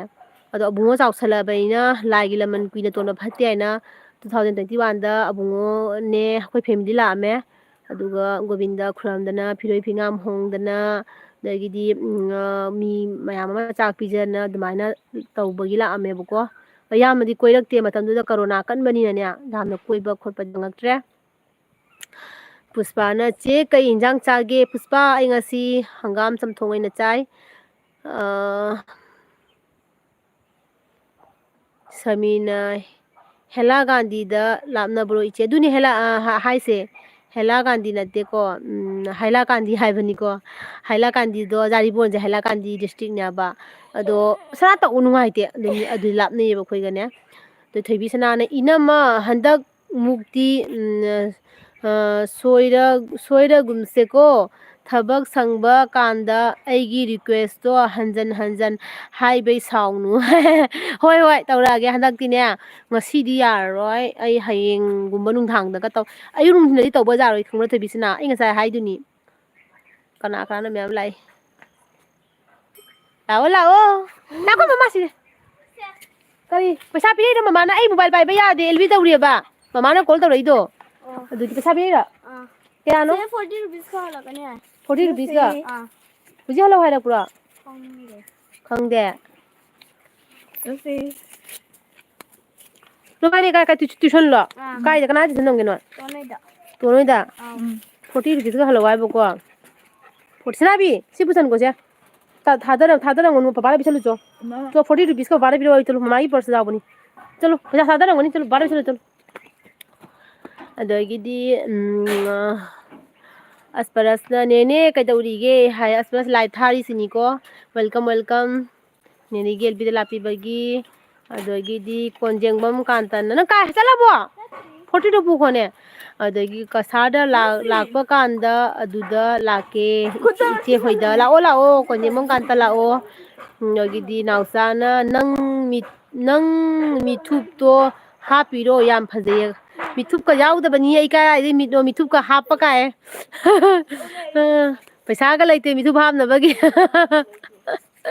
mithup ka yaudabani da ai Ranjitana, where are you living? Hai. Ai ladies Ranjita kano dane kasar gini ko kasar sunai gini. Do maitai lon da sumi biro maitai machani na ko. Imalon da ne bai sanasi imalon na nungai to ne bai sana basa. Imalon da ne sanasi ko. Ai di imalon da sana bane hena pamjai yam nungai ji bu ko. Pau phona basu nungai dana English hai dane hena thoidong na bu thoidong na khangba da ngam de dana ko. Aduna dum imalon da ne biro. Ai minute ne minute 10 gumba ta ngai re ko aina tawdoise Puspa na minute 30 ka sonda wa sonda rakpane noi tuition da mi do all subject la tha da kya log ya kai nuai je khang dai jibo noi mama na bi ba kaya bi ki nang khang dra ha ba Kena dano. je chudi da 40 jangun chudi ma je ga bu ko chume ko paisa ta hauni pocket e bhajna apsalu cho bye bye tha ga ru doi oi ma sida da git cs ma ai sida git cs na ai ma sa thobi da se ma ki engwa bhajna wa halli bo lila mithu na kone Laila mithu hap khare Laija ko Laija mithu hap khare bani ji git ma mithu moi paisa pai ba du gini ko khodi paisa pai da baina khoi mai se kadim phek jaw dre khoi mai se kadim jaw dre bani se aseng bani thijari se dum thijara ga lejari sini hajahan ba gi pai lejadre khoi paisa lejada bani na jetum na phola hapake hay YouTube dagi paisa jam la kan da ne khara semdo kadra khangre ko do hoji faudi kai ngam jadre ko kantana ibai di kaidawrige yaude na madi hai ibai du la ibai tumure mang hogale la bye bye ora ora kai noi takbu tak salam gani nei ngon da kai lo toi do tamoi toi ju bo jengu nu pa tak salu ni ko kes kana ni jengu noi jeng na thau adagi dia adagi thebisana na inama hoigi thongando adu tangda chatpa nungai ni koi chatpa do atai satra su hai khoi thongan je kyam nungai koi chali sini aina dolina na kai nu hai ba ma thebi Aisi tamge. tuition dam gai ro exam loi dore exam loi ga mathang next year dagi tamu exam loi dore somda dolina na nang mama tai du kafi ni Mama na ngamaktra kana thani tuition ngamingai ta kanina those mama mdam page Dolina with moms kina kai haba Dolina with moms se ma channel lai bani ko ai subscribe tawgre bani noi ingkhol poibadu ulag o hai akhoi ingkhol do houjing ne Dolina khangbra kana tawre hingol do karim lai tre ba houjing se khangbra alu tawre khara ta le khara budi lai ri adagidi asida hana alu ga ta thabado se mafam je hauji kana tawdore hanga pan thadore basi mafam sidana aduna sengdokpa hore akhoi dana nga sayuk ta sengdok khotokna tawbaga horamme ba do adaidina somna kana hana hangam tharam badu se si mafam hangam thaba se asigi mafam sinane hangam se hauji ne hangam ton chabagi thammine baina samaina do hangam se asiloi phuktoga ne asigai siga tawkhai ni lamje semanina adaidi khogi ananba do manipur di kari haibano khangde ananba ga saugri ga tharane ba lang chandro bane maru lang challaga nong ta di sum haurani na ꯑꯗꯨꯃꯥꯏꯅ ꯇꯧꯗꯣꯏꯅꯤ ꯑꯗꯒꯤꯗꯤ ꯄꯨꯁꯄꯥꯅ ꯏꯇꯩꯁꯦ ꯍꯣꯔꯦꯟ ꯈꯠꯅꯒꯦ ꯑꯦꯜꯕꯤ ꯈꯟꯅꯧ ꯅꯪꯒ ꯅꯠꯇꯦꯒ ꯈꯟꯅꯧ ꯅꯪꯒ ꯅꯠꯇꯦꯒ ꯈꯟꯅꯔꯒ ꯑꯩꯅ ꯇꯥꯕ ꯅꯨꯡꯉꯥꯏ ꯅꯣꯛꯏꯅꯦ ꯑꯩꯅ ꯈꯪꯕ꯭ꯔꯥ ꯑꯗꯩ ꯊꯣꯏꯕꯤ ꯁꯅꯥꯅ ꯀꯩ ꯍꯥꯏꯕ ꯑꯁꯦꯡꯕꯗ ꯑꯗꯨꯛ ꯐꯖꯩꯗꯨꯗꯤ ꯁꯦꯝꯃꯨꯔꯅꯨ ꯏꯅꯝꯃ ꯍꯥꯏ ꯀꯥꯏꯗꯩꯅꯣ ꯀꯗꯥꯏ ꯐꯖꯕꯅꯣꯗ ꯏꯕꯦꯝꯃ ꯌꯦꯡꯕꯒ ꯌꯥꯕꯖꯥꯠ ꯅꯠꯇꯦ ꯑꯩꯈꯣꯏꯁꯦ ꯅꯥꯎꯆꯥꯅ ꯕ꯭ꯔꯣ ꯂꯥꯛꯑꯦ ꯕ꯭ꯔꯣ ꯑꯃꯨꯛ ꯆꯪꯈ꯭ꯔꯦ ꯑꯗꯒꯤꯗꯤ ꯑꯁꯄꯔꯁꯅ ꯅꯦꯅꯦ ꯃꯅꯤꯄꯨꯔꯗ ꯍꯧꯖꯤꯛ ꯄꯥꯎꯗꯤ ꯂꯥꯜ ꯂꯩꯇ꯭ꯔꯦ ꯂꯥꯜ ꯂꯩꯔꯗꯤ ꯄꯥꯎ ꯐꯥꯎꯖꯔꯛꯀꯦ ꯑꯁꯄꯔꯁ ꯑꯗꯨꯝ ꯏꯄꯥꯎ ꯄꯤꯔꯛꯎꯀꯣ ꯏꯄꯥꯎ ꯀꯔꯤ ꯀꯔꯤ ꯂꯩꯕ ꯈꯣꯠꯄ ꯑꯩꯈꯣꯏ ꯂꯥꯞꯅ ꯂꯩꯔꯕꯅꯤꯅ ꯊꯋꯥꯏꯗꯨꯁꯨ ꯌꯥꯝꯅ ꯋꯥꯖꯕꯀꯣ ꯂꯥꯞꯅ ꯂꯩꯕ ꯍꯥꯏꯕꯁꯦ ꯅꯛꯅ ꯂꯩꯕ ꯃꯤꯅ ꯈꯔ ꯐꯕꯅꯦꯕ ꯂꯥꯞꯅ ꯂꯩꯈꯤꯕ ꯍꯥꯏꯁꯦ ꯍꯦꯟꯅ ꯊꯋꯥꯏ ꯋꯥꯕꯅꯦꯕꯀꯣ ꯎꯗꯕꯅꯤꯅ ꯀꯩꯅꯣ ꯇꯧꯗꯕꯅꯤꯅꯀꯣ ꯑꯗꯨꯅ ꯅꯣꯏ ꯃꯌꯥꯝꯅ ꯑꯩꯉꯣꯟꯗ ꯏꯄꯥꯎ ꯑꯗꯨꯝ ꯄꯤꯔꯛꯎ ꯁꯨꯃꯥꯏꯅ ꯇꯧꯔꯦ ꯁꯤ ꯇꯧꯔꯦ ꯑꯗꯨꯝ ꯄꯥꯎ ꯄꯤꯔꯛꯑꯣꯕꯀꯣ ꯑꯗꯨꯗꯒꯤꯗꯤ ꯀꯣꯟꯖꯦꯝꯕꯝ ꯀꯥꯟꯇꯅ ꯏꯆꯦ ꯍꯣꯏꯒꯤ ꯂꯝꯁꯦ ꯌꯥꯝ ꯆꯥꯎꯅ ꯂꯩꯕ ꯃꯥꯜꯂꯦ ꯌꯥꯝ ꯆꯥꯎꯋꯦ ꯁꯣꯝ ꯅꯥꯀꯟꯗꯅ ꯑꯩꯒꯤ ꯂꯐꯨ ꯕꯒꯥꯅꯤꯁꯦ ꯀꯣ ꯌꯦꯡꯍꯜꯂꯛꯀꯦ ꯂꯐꯨ ꯕꯒꯥꯅꯤ ꯂꯐꯨ ꯉꯥꯛꯇ ꯁꯤꯗ ꯊꯥꯏꯌꯦꯕꯀꯣ ꯁꯨꯃꯥꯏꯅ ꯂꯐꯨ ꯉꯥꯛꯇ ꯊꯥꯏꯌꯦ ꯁꯤꯗ ꯁꯨꯃꯥꯏꯅ ꯂꯐꯨ ꯉꯥꯛꯇ ꯊꯥꯔꯤꯅꯦ ꯁꯤꯒꯀꯣ ꯑꯗꯨꯒ ꯁꯤꯒ ꯂꯐꯣꯏ ꯁꯣꯔꯤ ꯂꯐꯣꯏ ꯄꯥꯝꯕ ꯌꯦꯡꯍꯜꯂꯛꯀꯦ ꯑꯩ ꯀꯥꯎꯔꯦ ꯂꯐꯣꯏ ꯌꯦꯡꯍꯟꯗꯣ ꯀꯗꯥꯏꯅꯣ ꯑꯩꯈꯣꯏ ꯂꯐꯣꯏꯗꯣ ꯀꯃꯥꯏꯅ ꯌꯦꯡꯍꯟꯗꯣꯏꯅꯣ ꯁꯤꯕꯨ लफोई सोरी कदाइनो उब्रा लफोई सोरीदु लफोई सोरी नाम पालिको सिदसु पाले अदगी सोम नाकदसु पाली लफोई गता पालिदु उब्रा लफोई सोरी अनि लेले सैगा ꯂꯝꯗꯤ ꯌꯥꯝ ꯆꯥꯎꯋꯦꯕ ꯂꯝꯁꯤꯗꯤ ꯈꯨꯠꯆꯥꯎ ꯑꯃ ꯑꯩ ꯂꯣꯏꯁꯟꯕ ꯉꯝꯖꯗ꯭ꯔꯦ ꯂꯝꯁꯤ ꯆꯥꯎꯃꯟꯕꯒꯤ ꯑꯗꯒꯤꯗꯤ ꯊꯣꯏꯕꯤ ꯁꯅꯥꯅ ꯏꯅꯝꯃ ꯍꯪꯒꯥꯝ ꯂꯣꯏꯔꯝꯃꯅꯤꯅꯦ ꯍꯥꯏ ꯑꯗꯒꯤꯗꯤ ꯀꯣꯟꯖꯦꯝꯕꯝ ꯀꯥꯟꯇꯅ ꯃꯅꯤꯄꯨꯔꯗꯩꯅꯦ ꯏꯆꯦ ꯑꯩꯗꯤ ꯍꯥꯏꯌꯦ ꯑꯣꯀꯦ ꯀꯥꯟꯇ ꯆꯦꯛꯁꯤꯟꯅ ꯂꯩꯕꯤꯌꯨꯀꯣ ꯃꯅꯤꯄꯨꯔꯗ ꯌꯦꯡꯉꯨ ꯂꯥꯟ ꯇꯧꯔꯤꯕꯅꯤꯅ ꯍꯧꯖꯤꯛꯁꯦ ꯏꯔꯥꯡ ꯐꯠꯇꯦꯀꯣ ꯑꯗꯨꯅ ꯆꯦꯛꯁꯤꯟꯅ ꯂꯩꯕꯤꯌꯨ ꯔꯨꯀꯤꯌꯥꯅ ꯍꯥꯏ ꯍꯦꯜꯂꯣ ꯔꯨꯀꯤꯌꯥ ꯃꯌꯥꯝ ꯑꯩꯒꯤ ꯑꯦꯜꯕꯤꯁꯦ ꯂꯣꯏꯁꯤꯟꯕ ꯃꯇꯝ ꯌꯧꯁꯜꯂꯛꯑꯦꯀꯣ ꯊꯣꯏꯕꯤ ꯁꯅꯥꯅ ꯐꯖꯩꯕꯣ ꯄꯤꯛꯇꯛ ꯆꯦꯡꯇꯛ ꯄꯤꯛꯆꯔꯁꯨ ꯆꯝꯄ꯭ꯔꯥꯅꯤ ꯏꯅꯝꯃꯗꯤ ꯑꯩꯗꯤ ꯀꯔꯤ ꯍꯥꯏꯅꯣ ꯀꯥꯏꯅ ꯄꯥꯔꯤ ꯑꯗꯨꯒ ꯑꯩꯉꯣꯟꯗ ꯃꯥꯅ ꯄꯤꯇꯛ ꯆꯦꯟꯇꯛ ꯀꯥꯏꯅ ꯁꯤꯅꯤ ꯑꯉꯥꯡ ꯅꯪ ꯑꯗꯩ ꯄꯨꯁꯄꯥꯅ ꯀꯩꯕ ꯂꯥꯃꯩ ꯊꯥꯟꯕꯤꯅꯦ ꯏꯇꯩꯁꯨ ꯅꯠꯇ꯭ꯔꯁ ꯃꯥꯅꯤ ꯑꯃꯨꯛ ꯐꯠ ꯂꯥꯎꯅ ꯌꯥꯎꯔꯝꯕ ꯑꯃꯨꯛ ꯐꯠ ꯂꯥꯎꯅ ꯊꯣꯛꯈꯤꯕ ꯑꯩꯐꯥꯎ ꯈꯪꯍꯧꯗꯦ ꯂꯥꯛꯄꯒ ꯈꯪꯍꯧꯗꯦ ꯊꯣꯛꯈꯤꯕꯒ ꯈꯪꯍꯧꯗꯦ ꯑꯩꯐꯥꯎ ꯀꯣꯛ ꯉꯥꯎꯏ ꯍꯥꯏꯁꯤꯅꯤ ꯑꯁꯦꯡꯕꯀꯤ ꯂꯥꯃꯩ ꯊꯥꯟꯕꯤꯅꯦ ꯑꯩꯈꯣꯏ ꯗꯥꯁꯦ ꯑꯁꯦꯡꯕꯒꯤ ꯔꯤꯌꯦꯜꯗ ꯑꯁꯦꯡꯕꯀꯤꯅꯤ ꯌꯥꯝ ꯖꯥꯡꯉꯦꯕ ꯃꯥꯁꯦ ꯑꯗꯒꯤ ꯔꯟꯖꯤꯇꯥꯅ ꯌꯣꯔ ꯗꯣꯇꯔ ꯅꯦꯝ ꯍꯥꯏꯌꯦ ꯔꯟꯖꯤꯇꯥ ꯏꯆꯥꯅꯨꯄꯤꯒꯤ ꯃꯃꯤꯡꯗꯣ ꯑꯥꯏꯔꯨꯁꯤ ꯀꯧꯋꯦ ꯊꯣꯏꯕꯤ ꯁꯅꯥꯅ ꯂꯣꯏꯔꯗꯧꯔꯤ ꯑꯗꯒꯤꯗꯤ ꯄꯨꯁꯄꯥꯅ ꯂꯐꯣꯏ ꯁꯣꯔꯤ ꯍꯥꯏꯁꯦ ꯀꯔꯝꯕ ꯂꯐꯣꯏꯅꯣ ꯍꯥꯏꯕ ꯁꯣꯔꯤ ꯍꯥꯏꯕꯗꯤꯅꯦ ꯁꯦ ꯑꯁꯤꯒꯤ ꯂꯐꯣꯏ ꯄꯨꯔꯥ ꯀꯩꯅꯣꯁꯤ ꯃꯁꯤ ꯂꯐꯣꯏꯁꯦ ꯎꯕ꯭ꯔꯥ ꯂꯐꯣꯏ ꯄꯥꯜꯂꯤꯁꯦ ꯑꯁꯤꯒꯤ ꯂꯐꯣꯏ ꯄꯨꯝꯅꯃꯛꯁꯦ ꯑꯁꯤ ꯁꯣꯔꯤ ꯍꯥꯏꯌꯦꯕ ꯑꯩꯈꯣꯏ ꯁꯤꯗꯗꯤ ꯄꯨꯝꯅꯃꯛꯁꯦ ꯑꯃꯃꯝ ꯀꯠꯊꯠꯂꯒꯅꯅꯦ ꯃꯥꯏ ꯂꯐꯥꯡ ꯍꯥꯏꯕ ꯄꯨꯟꯅ ꯄꯥꯟꯕ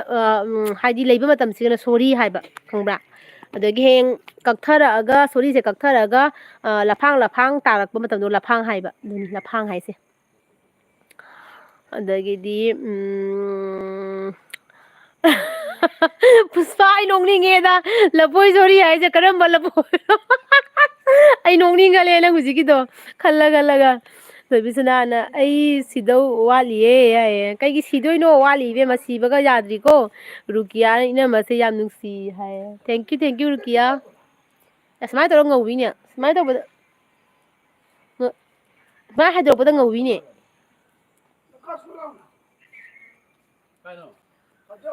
ꯇꯣ ꯑꯗꯩ ꯂꯐꯣꯏꯁꯦ ꯃꯣꯏꯁꯨ ꯀꯩ ꯂꯐꯣꯏꯅꯣ ꯈꯪꯗꯦ ꯑꯩꯈꯣꯏ ꯍꯧꯖꯤꯛ ꯑꯗꯩꯅꯦ ꯂꯐꯨ ꯊꯣꯔꯣꯗꯣ ꯆꯥꯈꯤꯕꯁꯨ ꯈꯥꯗꯦ ꯀꯥꯁꯀꯂꯥ ꯍꯣꯏꯗꯤ ꯈꯥꯗꯣꯏ ꯅꯠꯇ꯭ꯔꯥ ꯈꯥꯗ꯭ꯔꯤꯕ ꯂꯐꯨ ꯊꯣꯔꯣꯗꯨꯁꯨ ꯃꯥꯕꯨ ꯀꯣꯂꯣꯕꯣꯠ ꯑꯣꯏꯗꯤ ꯀꯣꯂꯣꯕꯣꯠꯇꯤ ꯑꯣꯏꯔꯣꯏꯗ ꯀꯣꯂꯣꯕꯣꯠꯇꯤ ꯃꯥꯃꯣꯏ ꯍꯣꯏꯗꯤ ꯄꯨꯔꯛꯄꯗ ꯂꯣꯏ ꯁꯤꯈ꯭ꯔꯦꯕ ꯏꯁꯤꯡꯆꯥꯎꯗ ꯀꯩ ꯂꯐꯣꯏꯅꯣ ꯈꯪꯗꯦꯅꯦ ꯁꯤ ꯂꯐꯣꯏꯁꯦ ꯍꯥ ꯑꯩꯒꯤꯗ ꯍꯧꯔꯦꯕ ꯆꯤꯡ ꯂꯐꯨꯅꯤ ꯂꯐꯣꯏ ꯆꯥ ꯌꯥꯒꯗ꯭ꯔꯣ ꯍꯌꯦꯡ ꯍꯥꯎꯕ꯭ꯔꯣ ꯂꯐꯣꯏꯁꯦ ꯀꯣꯜꯕꯣꯠꯇꯨꯃꯥꯏꯅ ꯇꯧ ꯆꯥꯁꯦ ꯍꯣꯡꯈꯤꯔꯅꯦ ꯑꯌꯥ ꯑꯗꯨꯗꯤ ꯌꯥꯝ ꯐꯩꯗꯣꯏꯗꯤ ꯅꯥꯖꯣ ꯃꯄꯥꯒꯤꯗꯅꯦ ꯍꯧꯕꯅꯤ ꯑꯩꯒꯤꯗ ꯍꯧꯔꯤ ꯑꯣ ꯑꯗꯨ ꯅꯥꯖꯣꯝ ꯃꯄꯥꯒꯤ ꯂꯐꯣꯏꯗꯨꯅꯤ ꯅꯣꯏꯗꯨꯗ burago ꯐꯂꯥꯏꯁꯂꯣ ꯁꯤ ꯂꯐꯣꯏꯁꯦ ꯃꯌꯥꯝ ꯁꯤ ꯂꯐꯣꯏ ꯁꯣꯔꯤ ꯑꯃꯁꯨ ꯄꯥꯜꯂꯦꯕ ꯁꯦ ꯑꯁꯤꯒꯤ ꯂꯐꯣꯏꯁꯦ ꯑꯩꯈꯣꯏ ꯃꯁꯛ ꯈꯪꯗꯅ ꯂꯩꯔꯤꯕꯀꯣ ꯁꯨꯛ ꯀꯨꯏꯕꯁꯦ ꯕꯨꯔꯥꯒꯣ ꯐꯂꯥꯏꯁꯂꯣ ꯀꯩ ꯂꯐꯣꯏꯅꯣ ꯈꯪꯗ꯭ꯔꯕ ꯑꯗꯣ ꯆꯤꯡ ꯂꯐꯣꯏꯅꯤ ꯍꯥꯏ ꯑꯩꯈꯣꯏ ꯃꯥꯃꯁꯤꯅ ꯍꯥꯏꯕ ꯆꯤꯡ ꯂꯐꯣꯏꯅꯤ ꯍꯥꯏꯕ ꯃꯌꯥꯝ ꯕꯕꯥꯏ ꯑꯣꯏꯔꯁꯤꯀꯣ ꯕꯕꯥꯏ ꯇꯧꯔꯁꯤ ꯃꯌꯥꯝ ꯑꯩꯒꯤ ꯑꯦꯜꯕꯤꯁꯇ ꯃꯌꯥꯝ ꯂꯥꯛꯄꯤꯔꯝꯕꯒꯤꯗꯃꯛꯇ ꯊꯦꯡꯛ ꯌꯨ ꯁꯣ ꯃꯆ ꯑꯩꯒ ꯅꯨꯡꯉꯥꯏ ꯅꯨꯡꯉꯥꯏꯕ ꯋꯥꯔꯤ ꯃꯌꯥꯝ ꯑꯃ ꯁꯥꯟꯅꯕ ꯐꯪꯕ ꯃꯌꯥꯝꯒ ꯁꯥꯟꯅꯕ ꯐꯪꯕ ꯃꯌꯥꯝꯅ ꯑꯩꯒꯤ ꯑꯦꯜꯕꯤꯗ ꯂꯥꯛꯄꯤꯕꯁꯦ ꯑꯩ ꯌꯥꯝ ꯍꯔꯥꯎꯏ ꯌꯥꯝ ꯅꯨꯡꯉꯥꯏꯀꯣ ꯑꯗꯣ ꯍꯌꯦꯡ ꯑꯃꯨꯛ ꯑꯩ ꯑꯦꯜꯕꯤ ꯂꯥꯛꯆꯒꯦ ꯃꯌꯥꯝ ꯑꯗꯨꯝ ꯋꯥꯔꯤ ꯁꯥꯟꯅꯁꯤ ꯃꯈꯥ ꯇꯥꯕ ꯋꯥꯔꯤꯗꯣ ꯑꯗꯣ ꯉꯁꯤꯒꯤ ꯑꯣꯏꯅꯗꯤ ꯃꯌꯥꯝ ꯑꯦꯜꯕꯤꯁꯦ ꯂꯣꯏꯁꯤꯜꯂꯁꯤ ꯑꯗꯣ ꯃꯌꯥꯝ ꯕꯕꯥꯏ ꯑꯝꯇ ꯍꯥꯏꯔꯝꯃꯣꯅꯦ ꯑꯩꯁꯨ ꯊꯕꯛ ꯈꯔ ꯀꯜꯂꯦꯕꯀꯣ ꯑꯗꯨꯒꯤꯅꯤ ꯃꯌꯥꯝ ꯕꯕꯥꯏ ꯍꯥꯏꯕꯤꯔꯝꯃꯣ ꯑꯩ ꯈꯪꯉꯤ ꯑꯗꯨꯅꯦ ꯑꯁꯄꯔꯁꯅ ꯅꯦꯅꯦ ꯍꯣꯏꯗ ꯅꯣꯡꯃ ꯂꯥꯛꯇꯥꯔꯦ ꯑꯩꯈꯣꯏ ꯒ꯭ꯔꯨꯞꯀ ꯂꯣꯏꯅ ꯌꯥꯎꯕꯁꯤꯡꯒ ꯍꯥꯏ ꯂꯥꯛꯑꯣ ꯂꯥꯛꯑꯣ ꯑꯁꯄꯔꯁ ꯑꯗꯒꯤꯗꯤ ꯅꯥꯎꯆꯥꯅ ꯀꯩꯕ ꯈꯣꯏꯔꯣꯝꯗꯗꯤ ꯂꯐꯣꯏ ꯄꯨꯂꯞꯇꯣ ꯂꯐꯣꯏ ꯂꯥꯛꯎ ꯍꯥꯏꯅꯩ ꯍꯥꯏ ꯑꯣ ꯑꯩꯈꯣꯏ ꯁꯤꯗꯅꯅꯦ ꯁꯣꯔꯤ ꯍꯥꯏꯕ ꯁꯣꯔꯤ ꯂꯐꯣꯏ ꯁꯣꯔꯤ ꯍꯥꯏꯀꯣ ꯂꯣꯟꯁꯦ ꯈꯔꯗꯤ ꯈꯦꯠꯅꯕꯅꯦꯕ ꯃꯅꯤꯄꯨꯔꯒ ꯑꯩꯈꯣꯏꯒꯁꯦ ꯄꯨꯁꯄꯥꯅ ꯍꯥꯏ ꯁꯔꯤꯀꯥ ꯍꯥꯏꯅ ꯍꯥꯏ ꯑꯗꯣ ꯁꯨꯕꯤꯁꯅꯥꯅ ꯕꯕꯥꯏ ꯍꯥꯏ ꯕꯕꯥꯏ ꯑꯣꯏꯔꯁꯤ ꯃꯌꯥꯝ ꯕꯕꯥꯏ ꯇꯧꯕꯤꯔꯛꯑꯣ ꯃꯌꯥꯝ ꯀꯣ ꯍꯌꯦꯡ ꯑꯃꯨꯛ ꯎꯅꯁꯤ ꯃꯌꯥꯝꯅ ꯑꯩꯒꯤ ꯑꯦꯜꯕꯤꯗ ꯂꯥꯛꯄꯤꯗꯅ ꯋꯥꯔꯤ ꯋꯥꯇꯥꯏ ꯁꯥꯟꯅꯕ ꯌꯥꯝ ꯊꯥꯒꯠꯆꯔꯤ ꯃꯌꯥꯝꯕꯨꯀꯣ ꯑꯗꯨꯒ ꯑꯩꯒꯤ ꯆꯦꯅꯦꯜꯕꯨ ꯁꯞꯄꯣꯔꯠ ꯇꯧꯕꯤꯔꯤꯕ ꯏꯆꯤꯟ ꯏꯅꯥꯎ ꯃꯌꯥꯝ ꯄꯨꯝꯅꯃꯛꯄꯨ ꯉꯝꯈꯩ ꯂꯩꯇꯅ ꯊꯥꯒꯠꯆꯔꯤ ꯑꯩꯅ ꯑꯗꯣ ꯕꯕꯥꯏ ꯕꯕꯥꯏ ꯃꯌꯥꯝ ꯊꯣꯏꯕꯤꯁꯅꯥ ꯕꯕꯥꯏ ꯄꯨꯁꯄꯥ ꯕꯕꯥꯏ ꯗꯣꯂꯤꯅಾ ꯕꯕꯥꯏ ꯅꯥꯎꯆꯥ ꯕꯕꯥꯏ ꯑꯁꯄꯔꯁ ꯕꯕꯥꯏ bye Ranjita, your daughter name is Ayushi, very cute. Thank you so much. Bye bye. Maya bye bye ko.